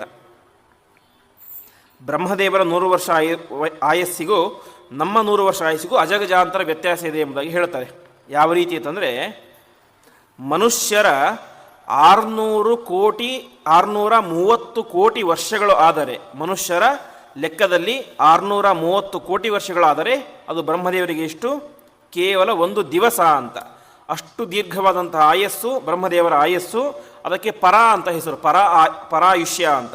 ಹೀಗೆ ನನಗೇ 1 ದಿವಸ ಸಾವಿದೆ, ಹಾಗಾಗಿ ನಾನು ಇನ್ನೊಬ್ಬರಿಗೆ ಆ ವರ ಕೊಡಲಿಕ್ಕೆ ಸಾಧ್ಯ ಇಲ್ಲ, ಬೇರೆ ಏನಾದರೂ ಕೂಡ ವರವನ್ನು ಕೇಳುವಂತ ಬ್ರಹ್ಮದೇವರು ಹೇಳಿದಾಗ, ಆವಾಗ ಅವನು ಹೇಳ್ತಾನೆ, ನನಗೆ ನೀನು ಸೃಷ್ಟಿ ಮಾಡಿದಂತಹ ಯಾವುದೇ ಪ್ರಾಣಿಗಳಿಂದಾಗಿ ಮರಣ ಬರಬಾರ್ದು, ಮನುಷ್ಯರಿಂದಾಗೂ ಮರಣ ಬರಬಾರ್ದು, ಹಗಲು ಬರಬಾರ್ದು, ರಾತ್ರಿ ಬರಬಾರ್ದು, ಮನೆ ಒಳಗಡೆ ಬರಬಾರ್ದು, ಮನೆ ಹೊರಗಡೆ ಬರಬಾರ್ದು, ಆಯುಧಗಳಿಂದಾಗಿ ಬರಬಾರ್ದು ಅಂತ ಅನೇಕ ರೀತಿಯಾದಂತಹ ಒಂದು ವರಗಳನ್ನು ಕೇಳ್ತಾನೆ. ಅರ್ಥಾತ್ ಯಾವ ಯಾಂಗಲಿಂದಾಗಿ ಮನುಷ್ಯ ಸಾಯ್ಲಿಕ್ಕೆ ಸಾಧ್ಯನೋ ಅದು ಯಾವುದು ಕೂಡ ನನಗೆ ಬೇಡ ಅಂತ ಆ ರೀತಿಯಾದ ವರವನ್ನು ಆ ಒಂದು ಹಿರಣ್ಯಕಶಿಪು ಕೇಳ್ತಾನೆ. ಈ ರೀತಿಯಾಗಿ ಕೇಳಿದಾಗ ಬ್ರಹ್ಮದೇವರು ಅವಶ್ಯವಾಗಿ ಅವನು ಮಾಡಿದಂಥ ತಪಸ್ಸಿಗೆ ಮೆಚ್ಚಿ ತಥಾಸ್ತು ಎಂಬುದಾಗಿ ವರವನ್ನು ಕೊಡ್ತಾರೆ ಅಂತೆ. ಇಷ್ಟು ಯಾವಾಗ ವರವನ್ನು ಕೊಟ್ಟರು ದೇವತೆಗಳಿಗೆ ಹೆದರಿಕೆ ಪ್ರಾರಂಭ ಆಯಿತು.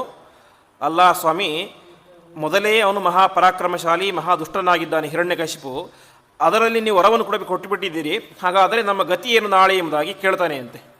ಆವಾಗ ಬ್ರಹ್ಮದೇವರು ಹೇಳ್ತಾರೆ, ಮಾ ಭೈಷ್ಟ ವಿಬುಧ ಶ್ರೇಷ್ಠಾ, ದೇವತೆಗಳೇ ನೀವ್ಯಾರು ಕೂಡ ಹೆದರಬೇಡಿ ಅಂತ.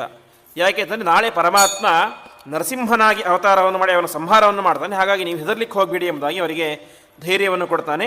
ಈ ರೀತಿಯಾಗಿ ಎಲ್ಲ ಆಯಿತು. ಕೊನೆಗೆ ಯಾಕೆಂದರೆ ಬ್ರಹ್ಮದೇವರು ಹೇಳುವಂಥ ಒಂದು ಮಾತು, ಯದಾ ದೇವೇಶು ವೇದೇಶು ಗೋಷು ವಿಪ್ರೇಷು ಸಾಧುಷು ಧರ್ಮೇ ಮೈಚ ವಿದ್ವೇಷ ಸವಾ ಆಶು ವಿನಶ್ಯತಿ ಅಂತ. ಯಾವ ವ್ಯಕ್ತಿ ಆದಷ್ಟು ಬೇಗ ನಾಶವಾಗ್ತಾನೆ ಅಂತಂದರೆ, ಒಬ್ಬ ವ್ಯಕ್ತಿ ದೇವತೆಗಳನ್ನು ದ್ವೇಷ ಮಾಡಿದರೆ ಅವನೇನಾಗ್ತಾನೆ, ಶೀಘ್ರದಲ್ಲಿ ನಾಶವಾಗ್ತಾನೆ. ಇನ್ನು ವೇದಗಳನ್ನು ದ್ವೇಷ ಮಾಡಿದರೆ ಅವನು ಸತ್ತು ಹೋಗ್ತಾನೆ. ಗೋಷು ವಿಪ್ರೇಷು ಸಾಧುಷು, ಗೋವಿನ ದ್ವೇಷ, ಬ್ರಾಹ್ಮಣರ ದ್ವೇಷ, ಸಾಧುಗಳ ದ್ವೇಷ ಮತ್ತು ಧರ್ಮದ್ವೇಷ ಇಷ್ಟೆಲ್ಲವನ್ನು ಕೂಡ ಮಾಡಿದರೆ ಆ ವ್ಯಕ್ತಿ ಏನಾಗ್ತಾನೆ, ಆಶು ವಿನಶ್ಯತೆ, ಶೀಘ್ರದಲ್ಲಿ ನಾಶವಾಗ್ತಾನೆ. ಹಿರಣ್ಯಕಶಿಪು ಇವುಗಳಲ್ಲಿ ಒಂದನ್ನು ಮಾಡಿಲ್ಲ, ಎಲ್ಲವನ್ನು ಕೂಡ ಮಾಡಿದ್ದಾನೆ. ಹಿರಣ್ಯಕಶಿಪು ಮಾಡಿದ್ದೇನು? ದೇವತೆಗಳ ದ್ವೇಷವನ್ನು ಮಾಡಿದ, ವೇದದ ದ್ವೇಷ, ಧರ್ಮದ ದ್ವೇಷ, ಬ್ರಾಹ್ಮಣರ ದ್ವೇಷ, ಗೋವುಗಳ ಹತ್ಯೆ, ಹೀಗೆ ಎಲ್ಲ ಪಾಪಗಳನ್ನು ಕೂಡ ಹಿರಣ್ಯಕಶಿಪು ಮಾಡಿದ್ದಾನೆ. ಹಾಗಾಗಿ ಅವನು ಆದಷ್ಟು ಬೇಗ ನಾಶವಾಗ್ತಾನೆ, ನೀವೇನು ಹೆದರಬೇಡಿ ಅಂತ ಬ್ರಹ್ಮದೇವರು ಅವನಿಗೆ ಒಂದು ಧೈರ್ಯವನ್ನು ಕೊಡ್ತಾರೆ, ದೇವತೆಗೆ ಧೈರ್ಯವನ್ನು ಕೊಡ್ತಾರೆ. ಆವಾಗ ದೇವತೆಗಳಿಗೆ ಸ್ವಲ್ಪ ಮನಸ್ಸಿಗೆ ನೆಮ್ಮದಿಯಾಗುತ್ತೆ, ತಮ್ಮ ಲೋಕಕ್ಕೆ ವಾಪಸ್ ತೆರಳಿ ಬಿಡ್ತಾರೆ. ಇಷ್ಟಾದ ಮೇಲೆ ಹಿರಣ್ಯಕಶಿಪುವಿಗೆ ಒಟ್ಟು 4 ಜನ ಮಕ್ಕಳು ಹುಡ್ತಾರೆ. ಅಂದರೆ ಪ್ರಹ್ಲಾದ, ಸಲ್ಲಾದ, ಅನುಹ್ಲಾದ ಅಂತಿನ ಮಕ್ಕಳು ಹುಡ್ತಾರೆ. ಅದರಲ್ಲಿ ಹಿರಿಯ ಪ್ರಹ್ಲಾದ ಅಂತ. ಶಬ್ದಕ್ಕೆ ಅರ್ಥ ಏನು ಅಂತಂದರೆ, ಹ್ಲಾದ ಅಂತಂದರೆ ಸಂತೋಷ, ಆನಂದ. ಅಂದರೆ ಶ್ರೇಷ್ಠವಾದದ್ದು, ಪ್ರಕೃಷ್ಟವಾದದ್ದು ಅಂತ. ಅಂದರೆ ಯಾರಿಗೆ ಶ್ರೇಷ್ಠವಾದಂಥ ಆನಂದ ಇದೆಯೋ ಅವನು ಪ್ರಹ್ಲಾದ ಅಂತ. ಹೀಗೆ ಪ್ರಹ್ಲಾದ ಹುಟ್ಟಿದ ತನ್ನ ತಂದೆಗೆ ವಿರುದ್ಧವಾದಂಥ ವ್ಯಕ್ತಿತ್ವ. ಅವನ ತಂದೆ ಏನು ಮಾಡ್ತಾಯಿದ್ದ, ಯಾರಿಗೂ ಗೌರವವನ್ನು ಕೊಡ್ತಾ ಇರಲಿಲ್ಲ. ಆದರೆ ಪ್ರಹ್ಲಾದ ಹೇಗಿದ್ದ, ದಾಸವತ್ ಸನ್ನತಾರ್ಯಾಂಗ್ರಿಹಿ ಅಂತ ತನಗಿಂತ ದೊಡ್ಡವರು ಯಾರೇ ಬರಲಿ ಅವರಿಗೆ ಸಾಷ್ಟಾಂಗ ನಮಸ್ಕಾರ ಮಾಡಿ ಅವರಿಗೆ ಅನುಗ್ರಹವನ್ನು ಪಡೆದುಕೊಳ್ತಾ ಇದ್ದ ಅವರಿಂದಾಗಿ. ಅದೇ ರೀತಿಯಾಗಿ ಪಿತೃವತ್ ದೀನವತ್ಸಲಹ, ಯಾರಿಗೆ ಕಷ್ಟ ಅಂತ ಬಂದರೆ ತಾನು ಹೋಗಿ ಅಲ್ಲಿ ಪರಿಹಾರವನ್ನು ಮಾಡ್ತಾ ಇದ್ದ. ಅದಾದ ಮೇಲೆ ಮಾನಸ್ತಂಭ ವಿವರ್ಜಿತ ಅಂತ ಯಾವತ್ತೂ ಕೂಡ ಒಂದು ಅಹಂಕಾರ ಅನ್ನೋದೇ ಇರಲಿಲ್ಲ. ಈ ರೀತಿಯಾಗಿ ಇದ್ದ. ಕೊನೆಗೆ ಅವನಿಗೂ ಕೂಡ ಒಂದು ಯೋಗ್ಯ ವಯಸ್ಸಾಯಿತು, 4-5 ವರ್ಷ ವಯಸ್ಸಾಯಿತು. ಇನ್ನು ಮುಂದೆ ಅವನಿಗೆ ವಿದ್ಯಾಭ್ಯಾಸವನ್ನು ಕಲಿಸಬೇಕು. ಅದಕ್ಕೋಸ್ಕರ ಏನು ಮಾಡಿದ, ಅವನ ಮನೆಯ ಹತ್ತಿರವೇ ಒಂದು ಗುರುಕುಲ ಇತ್ತು. ಶುಕ್ರಾಚಾರ್ಯರ ಮಕ್ಕಳಾದಂತಹ ಷಂಡಾಮರ್ಕರ ಗುರುಕುಲ ಅಂತ, ಷಂಡ ಮತ್ತು ಮರ್ಕ ಅಂತ ಇಬ್ಬರು ಅಣ್ಣ ತಮ್ಮಂದಿರು, ಅವರ ಗುರುಕುಲ ಅಲ್ಲಿಯೇ ಇತ್ತು. ಆ ಗುರುಕುಲಕ್ಕೆ ಹೋಗಿ ಅವನನ್ನು ಬಿಡ್ತಾರೆ. ಅಂದಿನಿಂದಾಗಿ ಗುರುಕುಲ ವಾಸ ಪ್ರಾರಂಭ ಆಯಿತು. ಆದರೆ ಏನಾಯಿತು, ಗುರುಗಳು ಏನು ಪಾಠ ಮಾಡ್ತಾಯಿದ್ರು? ಹಿರಣ್ಯಕಶಿಪುವಿನ ಪಾಠ. ಅವರು ಪರಮಾತ್ಮ ಸರ್ವೋತ್ತಮ ಅಂತ ಹೇಳ್ತಾ ಇರಲಿಲ್ಲ, ಹಿರಣ್ಯಕಶಿಪು ಸರ್ವೋತ್ತಮ. ಯಜ್ಞಯಾಗಗಳನ್ನು ಮಾಡಬೇಕು, ಆಹುತಿ ಏನಂತ ಕೊಡಬೇಕು, ಹಿರಣ್ಯಕಶಿಪುವೇ ಸ್ವಾಹ ಅಂತ ಕೊಡಬೇಕು ಅಂತ ಒಟ್ಟಿನಲ್ಲಿ ಹಿರಣ್ಯಕಶಿಪುವಿನೇ ಸರ್ವೋತ್ತಮ ಎಂಬುದಾಗಿ ಹೇಳಿ ಅವರು ಪಾಠವನ್ನು ಮಾಡ್ತಾಯಿದ್ರು. ಆದರೆ ಪ್ರಹ್ಲಾದನಿಗಿದು ಸೇರಲಿಲ್ಲ ಪಾಠ. ಕೊನೆಗೆ ಆದರೂ ಕೂಡ ಅನಿವಾರ್ಯ ಅಂತ ಪಾಠವನ್ನು ಕೇಳಿಸ್ಕೊಳ್ತಾ ಇದ್ದ. ಸುಮಾರು 4-5 ತಿಂಗಳುಗಳ ಕಾಲ ಆಯಿತು. ಒಂದು ದಿವಸ ರಜೆಗೆ ಅಂತ ಹಿರಣ್ಯಕಶಿಪುವಿನ ಮನೆಗೆ ಪ್ರಹ್ಲಾದ ಬಂದಿದ್ದಾನೆ. ಆ ಸಂದರ್ಭದಲ್ಲಿ ದೊಡ್ಡ ಸಭೆ ಏರ್ಪಾಟಾಗಿತ್ತು. ಸಭೆಯಲ್ಲಿ ಪ್ರಹ್ಲಾದ ಬಂದ ತಕ್ಷಣ ಹಿರಣ್ಯಕಶಿಪು ಅತ್ಯಂತ ಪ್ರೀತಿಯಿಂದಾಗಿ ಪುತ್ರಂ ಮಂಕೆ ಆರೋಪ್ಯ ಲಾಲಯನ್ ಅಂತ ತನ್ನ ತೊಡೆ ಮೇಲೆ ಕೂಡಿಸ್ಕೊಂಡು ಚೆನ್ನಾಗಿ ಮುದ್ದಾಡಿ ಸಭೆಗೆ ಹೇಳ್ತಾನೆ, ನೋಡಿ ಸಭಿಕರೇ, ನನ್ನ ಮಗ 6 ತಿಂಗಳುಗಳ ಕಾಲ ಗುರುಕುಲ ವಾಸ ಮುಗಿಸಿಕೊಂಡು ಮನೆಗೆ ಬಂದಿದ್ದಾನೆ. ಅವನು ಒಂದು ವಿಷಯವನ್ನು ನಿಮ್ಮ ಒಂದು ಅನುವಾದ ಮಾಡ್ತಾನೆ, ಎಲ್ಲರೂ ಕೂಡ ಕೇಳಿ ಅವನಿಗೆ ಅನುಗ್ರಹವನ್ನು ಮಾಡಿ ಅಂತ ಹೇಳ್ತಾನೆ ಅಂತೆ. ಎಲ್ಲರಿಗೂ ಭಾರಿ ಸಂತೋಷ ಆಗಿಬಿಡುತ್ತೆ. ಯಾಕಂದರೆ ಹಿರಣ್ಯಕಶಿಪು ದೊಡ್ಡ ರಾಜ, ತಮ್ಮ ಊರಿನ ರಾಜ, ಹಾಗಾಗಿ ಮಗನೂ ಕೂಡ ಹಾಗೇ ಇರ್ತಾನೆ ಅಂತ ಅಂದುಕೊಂಡು ಆ ಸ್ವಭಾವಕ್ಕೆ ಅನುಗುಣವಾಗಿ ಚಿಂತನೆ ಮಾಡ್ತಾರೆ. ಆವಾಗ ಮಗನಿಗೆ ಹೇಳ್ತಾನೆ, ಮಗ ಒಂದು ವಿಷಯವನ್ನು ಇಲ್ಲಿ ಒಂದು ಅನುವಾದವನ್ನು ಮಾಡಿ ಎಂಬುದಾಗಿ ಕೇಳ್ಕೊಳ್ತಾನೆ ಅಂತೆ. ಕೇಳಿಕೊಂಡಾಗ ಆ ಪ್ರಹ್ಲಾದರಾಜರು ಹೇಳುವಂತಹ ಮಾತು, ತತ್ ಸಾಧುಮನ್ನೇ ಅಸುರವರಿಯ ದೇಹಿನಾಂ ಸದಾ ಸಮುದ್ಯುಗ್ನಧಿಯ ಮಸದ್ಗ್ರಹಾತ್ ಹಿತ್ವಾತ್ಮಕೋಪಂ ಗೃಹ ಮಂಧಕೋಪಂ ವನಂ ಗತೋ ಯದ್ ಹರಿಮಾಶ್ರಯೇತ ಅಂತ ದೊಡ್ಡ ಒಂದು ಮಾತನ್ನು ಹೇಳ್ತಾನೆ. ಅವನು ತನ್ನ ತಂದೆಯನ್ನು ಕರೆಯುವುದೇ ಅಂತ ಹೇಳಿದ್ರೆ ಅಸುರವರಿಯ ಅಂತ, ಅಂದರೆ ಅಸುರ ಶ್ರೇಷ್ಠರಾದಂತಹ ಹಿರಣ್ಯಕಶಿಪುವೇ ನನ್ನ ಮಾತನ್ನು ಕೇಳು ಅಂತ. ಏನು? ಸದಾ ಸಮುದ್ವಿಗ್ನೇ ಮಸದ್ಗ್ರಹಾತ್ ಅಂತ ಜಗತ್ತಿನಲ್ಲಿ ಇರುವಂತಹ ಎಲ್ಲ ಜನರು ಕೂಡ ಏನಾಗಿದ್ದಾರೆ, ಈ ಒಂದು ಪಾಪದ ಕೂಪದಲ್ಲಿ ಬಿದ್ದಿದ್ದಾರೆ, ಬಾವಿಯಲ್ಲಿ ಬಿದ್ದಿದ್ದಾರೆ ಅಂತ. ಅದಕ್ಕೆ ಭಾಗವತ ಚೆನ್ನಾಗಿ ಹೇಳ್ತಾರೆ, ಈ ಒಂದು ಮನುಷ್ಯನಲ್ಲಿ ಇರುವಂತಹ ಸುಖ ಅದು ಯಾವ ರೀತಿ ಇದೆ ಅಂತಂದರೆ ಸಂಪುಷ್ಟದಲ್ಲಿ ಇರುವಂತಹ ಸಾಲಗ್ರಾಮದಂತೆ ಇದೆ ಅಂತ. ಕೆಳಗಡೆ ಡಬ್ಬಿ ಇರುತ್ತೆ, ಮಧ್ಯದಲ್ಲಿ ಸಾಲಿಗ್ರಾಮ ಇರುತ್ತೆ, ಮೇಲ್ಗಡೆ ತಾಮ್ರದ ಸಂಪುಷ್ಟ ಇರುತ್ತೆ. ಹೀಗೆ ಮೇಲ್ಗಡೆಯೂ ಸಂಪುಷ್ಟ, ಕೆಳಗಡೆಯೂ ಸಂಪುಷ್ಟ, ಮಧ್ಯದಲ್ಲಿ ಮಾತ್ರ ಸಾಲಗ್ರಾಮ ಇರುತ್ತೆ. ಮನುಷ್ಯನ ಸುಖವೂ ಕೂಡ ಅದೇ ರೀತಿ ಇದೆ ಎಂಬುದಾಗಿ ಹೇಳ್ತಾರೆ. ಮನುಷ್ಯನ ಸುಖಕ್ಕಿಂತಲೂ ಕೂಡ ಮೊದಲೇನಿದೆ, ದುಃಖ ಇದೆ. ಒಂದು ವಸ್ತು ನಮಗೆ ಬೇಕು, ಆ ವಸ್ತು ಬೇಕಂತ ನಾವೇ ಮಾಡ್ತೇವೆ, ದುಡ್ಡು ಸಂಪಾದನೆ ಮಾಡ್ತೇವೆ. ದುಡ್ಡು ಸಂಪಾದನೆ ಮಾಡೋದು ಅಷ್ಟಕ್ಕಾಗಿ ದುಃಖದ ಕೆಲಸ, ಕಷ್ಟದ ಕೆಲಸ. ಕಷ್ಟಪಟ್ಟು ದುಡ್ಡನ್ನು ಸಂಪಾದನೆ ಮಾಡ್ಕೊಳ್ಬೇಕು. ಸಂಪಾದನೆ ದುಡ್ಡನ್ನು ಮಾಡಿದ್ದೀವಿ. ಅದಾದ ಮೇಲೆ ಆ ವಸ್ತು ಬಂತು, ವಸ್ತುವಿನಿಂದ ನಮಗೇನಾಯಿತು, ಸುಖ ಆಯಿತು. ಒಂದು ದಿವಸ ಆ ವಸ್ತು ಏನಾಯಿತು, ನಾಶವಾಗಿ ಹೋಯಿತು, ಮತ್ತೇನಾಯಿತು, ದುಃಖ ಆಯಿತು. ಹೀಗೆ ಮಧ್ಯದಲ್ಲಿ ಸಾಲಿಗ್ರಾಮ ಇದ್ದಂತೆ ನಮ್ಮ ಸುಖ ಇದೆ, ಅದರ ಮೇಲೆ ಮತ್ತು ಕೆಳಗೆ ಏನಿದೆ, ದುಃಖ ಎಂಬುದು ಇದೆ. ಹಾಗಾಗಿ ಆ ದುಃಖ ಎಂಬುದು ಪರಿಹಾರ ಆಗಬೇಕು ಅಂದರೆ ನಾವೇನು ಮಾಡಬೇಕು? ವನಂ ಗತೋ ಯದ್ ಹರಿಮಾಶ್ರಯೇತ ಅಂತ ಮನೆಯನ್ನು ಬಿಟ್ಟು ಕಾಡಿಗೆ ಹೋಗಿ ತಪಸ್ಸನ್ನು ಮಾಡಬೇಕು. ಯಾರನ್ನು ತಪಸ್ಸು ಮಾಡಬೇಕು? ಹರಿಯನ್ನು ಕುರಿತು ತಪಸ್ಸನ್ನು ಮಾಡಬೇಕು ಅಂತ ಮಾತನ್ನು ಹೇಳ್ತಾನೆ. ಯಾವಾಗ ಈ ಒಂದು ಮಾತನ್ನು ಕೇಳಿದ ಹಿರಣ್ಯಕಶಿಪಿಗೆ ಭಾರಿ ಸಿಟ್ಟು ಬಂದ್ಬಿಡ್ತು ಅಂತೆ. ಯಾಕೆಂದರೆ ಅವನು ಪರಮಾತ್ಮನ ಪರಮದ್ವೇಷಿಯಾಗಿದ್ದ. ತನ್ನ ಮಗನ ಬಾಯಲ್ಲಿ ಇಂಥ ಮಾತು ಬಂತು ಅಂತ ತಕ್ಷಣ ಅವನೇ ಮಾಡ್ತಾನೆ, ತುಂಬ ಸಿಟ್ಟು ಬರುತ್ತೆ. ತಕ್ಷಣ ಚಂಡಾಮರ್ಕರನ್ನು ಕರೀತಾನೆ ಅಂತೆ. ಕರೆದು ಹೇಳ್ತಾನೆ, ನನ್ನ ಮಗನಿಗೆ ನೀವೇನು ಪಾಠ ಮಾಡಿದ್ದೀರಿ ಅಂತ. ಇಲ್ಲ ಸ್ವಾಮಿ, ನಾವು ಯಾವ ಪಾಠವನ್ನು ಮಾಡಿಲ್ಲ, ಇಂಥ ಪಾಠ ಮಾಡಿಲ್ಲ. ನಾವು ಹೇಳಿದ್ದೀವಿ ಅಂತ ಪಾಠ ಹಿರಣ್ಯಕಶಿಪು ಸರ್ವೋತ್ತಮ ಅಂತ ಹೇಳುವಂಥ ಪಾಠ. ನಿಮ್ಮ ಮಗ ಕಲಿತದ್ದು ಇಂಥದ್ದನ್ನು, ಹಾಗೇನೋ ತಪ್ಪಾಗಿದೆ, ಮುಂದಿನ ಸಾರಿ ಸರಿ ಮಾಡ್ತೇವೆ ಎಂಬುದಾಗಿ ಹೇಳಿ ಪ್ರಹ್ಲಾದರನ್ನು ತಮ್ಮ ಗುರುಕುಲಕ್ಕೆ ವಾಪಸ್ ಕರೆದುಕೊಂಡು ಹೋಗ್ತಾರೆ. ಇಷ್ಟು ಹೇಳಿದಾಗ ಅವರು ಕೇಳ್ತಾರೆ ಅಂತೆ, ಎಂಥ ಕೆಲಸ ಮಾಡಿಬಿಟ್ಟು ನೀನು, ಒಂದು ವೇಳೆ ಇದೇ ಮುಂದುವರೆದಿದ್ದರೆ ನಿಮ್ಮ ತಂದೆ ನಮ್ಮನ್ನು ಕೊಂದೇ ಹಾಕಿ ಬಿಡ್ತಾ ಇದ್ದ. ಹಾಗಾಗಿ ಇದನ್ನು ನಿನಗೆ ಯಾರು ಹೇಳಿಕೊಟ್ರು ಅಂತ ಕೇಳಿದ್ರೆ, ನಮೇ ಪ್ರಣೀತಂ ನ ಭರತ್ ಪ್ರಣೀತಂ ಅಂತ, ಇದನ್ನು ನಿಮಗೆ ನಾನು ಹೇಳಿಕೊಟ್ಟಿಲ್ಲ, ಬೇರೆ ಯಾರೂ ಕೂಡ ಹೇಳಿಕೊಟ್ಟಿಲ್ಲ. ಹಾಗಾಗಿ ನಿನಗೆ ಪರಮಾತ್ಮ ಸರ್ವೋತ್ತಮ, ಪರಮಾತ್ಮನ ಕುರಿತು ತಪಸ್ಸನ್ನು ಮಾಡಬೇಕು ಎನ್ನುವಂಥ ವಿಚಾರ ನಿನಗೆ ಯಾರು ಹೇಳಿಕೊಟ್ರು ಎಂಬುದಾಗಿ ಹೇಳ್ತಾರೆ. ಆವಾಗ ಅವನು ಹೇಳ್ತಾನೆ, ನೈಸರ್ಗಿಕೀಯಂ ಮತಿಹಿ ಅಂತ, ಇದನ್ನು ನನಗೆ ಯಾರೂ ಕೂಡ ಹೇಳಿಕೊಟ್ಟಿಲ್ಲ, ಇದು ಸ್ವಾಭಾವಿಕವಾಗಿ ಬಂದಂತಹ ಜ್ಞಾನ ಎಂಬುದಾಗಿ ಪ್ರಹ್ಲಾದರಾಜರು ಹೇಳ್ತಾರೆ. ಸರಿ, ಏನೋ ಚಿಕ್ಕ ಹುಡುಗ ತಪ್ಪು ಹೇಳ್ತಾ ಇದ್ದಾನೆ ಅಂತ ಅಂದುಕೊಂಡು ಮತ್ತೆ 6 ತಿಂಗಳ ಕಾಲ ಅವನಿಗೆ ಪಾಠವನ್ನು ಮಾಡ್ತಾ ಇದ್ದಾರೆ. ಯಾವ ಪಾಠ? ಹಿರಣ್ಯಕಶಿಪಿನ ಸರ್ವೋತ್ತಮತ್ವದ ಪಾಠ. ಪಾಠ ಎಲ್ಲ ಮುಗಿಯಿತು. ಮತ್ತೆ 6 ತಿಂಗಳಾಯಿತು. ಮತ್ತೆ ಏನು ಮಾಯಿತು? ಹಿರಣ್ಯಕಶಿಪಿನ ಮನೆಗೆ ಹೋಗಬೇಕು. ಆವಾಗ ಚಂಡಾಮರ್ಕರು ಹೇಳ್ತಾರೆ, ಪ್ರಹ್ಲಾದ, ದಯವಿಟ್ಟು ನೀನು ಇವತ್ತು ನಿನ್ನ ತಂದೆಯ ಮುಂದೆ ಪರಮಾತ್ಮನನ್ನು ತಪಸ್ಸು ಮಾಡೋಕ್ಕಂತೆಲ್ಲ ಹೇಳಲಿಕ್ಕೆ ಹೋಗಬೇಡ. ಹೇಳಿದ್ರೆ ಏನಾಗುತ್ತೆ, ನಾಳೆ ನಮ್ಮ ತಲೆಯನ್ನೇ ಅವನು ತೆಗೆದು ಬಿಡ್ತಾನೆ, ದಯವಿಟ್ಟು ನಾವು ಹೇಳಿಕೊಟ್ಟದ್ದನ್ನು ಹೇಳು ಅಂತ ಹೇಳ್ತಾರೆ ಅಂತೆ. ಪ್ರಹ್ಲಾದ, ಸರಿ ಆಯಿತು ಗುರುಗಳೇ, ಅದನ್ನೇ ಹೇಳ್ತೀನಿ ಅಂತ ಹೇಳ್ತಾನೆ. ಮತ್ತೆ ಯಥಾವತ್ತಾಗಿ 1000 ಜನ ಸಭೆಯಲ್ಲಿ ಸೇರಿದ್ದಾರೆ. ಹಿರಣ್ಯಕಶಿಪು ದೊಡ್ಡ ಆಸೆ ಮೇಲೆ ಕೂತ್ಕೊಂಡಿದ್ದಾನೆ. ಅವನ ತೊಡೆಯ ಮೇಲೆ ಪ್ರಹ್ಲಾದರಾಜರು. ಆವಾಗ ಕೇಳ್ತಾನೆ, ಮಗು ಏನು ಕಲ್ತಿದ್ದೀಯ ಹೇಳು ಅಂತ.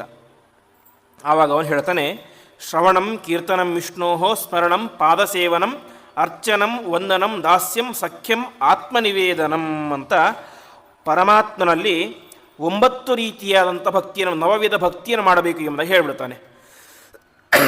ಮೊದಲನೇದು ಯಾವುದು? ಶ್ರವಣಂ, ಹೇಳುವಂಥ ವ್ಯಕ್ತಿಗಳಿದ್ದಾಗ ಏನು ಮಾಡಬೇಕು? ಪರಮಾತ್ಮನ ಕಥೆಯನ್ನು ಕೇಳಬೇಕು. ಎರಡನೆಯದ್ದು ಕೀರ್ತನ, ಕೇಳುವಂಥವರಿದ್ದಾಗ ಅದನ್ನು ಹೇಳಬೇಕು ಅಂತ. ಶ್ರವಣ ಕೀರ್ತನ, ಯಾರೂ ಕೂಡ ಇಲ್ಲ, ಒಬ್ಬರೇ ಇದ್ದೀರಿ, ಆವಾಗ ಏನು ಮಾಡಬೇಕು? ಕೇಳಿದ್ದನ್ನು ಹೇಳಿದ್ದನ್ನು ಸ್ಮರಣೆ ಮಾಡ್ಕೊಳ್ಳೋದು, ನೆನಪು ಮಾಡ್ಕೊಳ್ಬೇಕು. ಅದಾದ ಮೇಲೆ ಪಾದಸೇವನ. ಪಾದಸೇವನ ಅಂದರೆ 2 ಅರ್ಥ. ಒಂದು ಪರಮಾತ್ಮನ ಪಾದ ಸೇವೆ ಅಂತ ಒಂದು ಅರ್ಥ, ಇನ್ನೊಂದು ಪರಮಾತ್ಮನ ತೀರ್ಥಕ್ಷೇತ್ರಗಳ ಯಾತ್ರೆಯನ್ನು ಮಾಡಬೇಕು. ಅದಾದ ಮೇಲೆ ಅರ್ಚನ, ಪರಮಾತ್ಮನ ಪ್ರತಿಮಾ ಪೂಜೆ.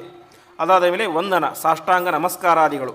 ಆಮೇಲೆ ದಾಸ್ಯ. ದಾಸ್ಯ ಅಂತಂದರೆ ನಾನು ಪರಮಾತ್ಮನ ದಾಸ, ಪರಮಾತ್ಮ ಒಡೆಯ, ನಾನು ಅವನ ದಾಸ ಅಂತ ಭಾವನೆ. ಅದಾದ ಮೇಲೆ ಸಖ್ಯ ಅಂದರೆ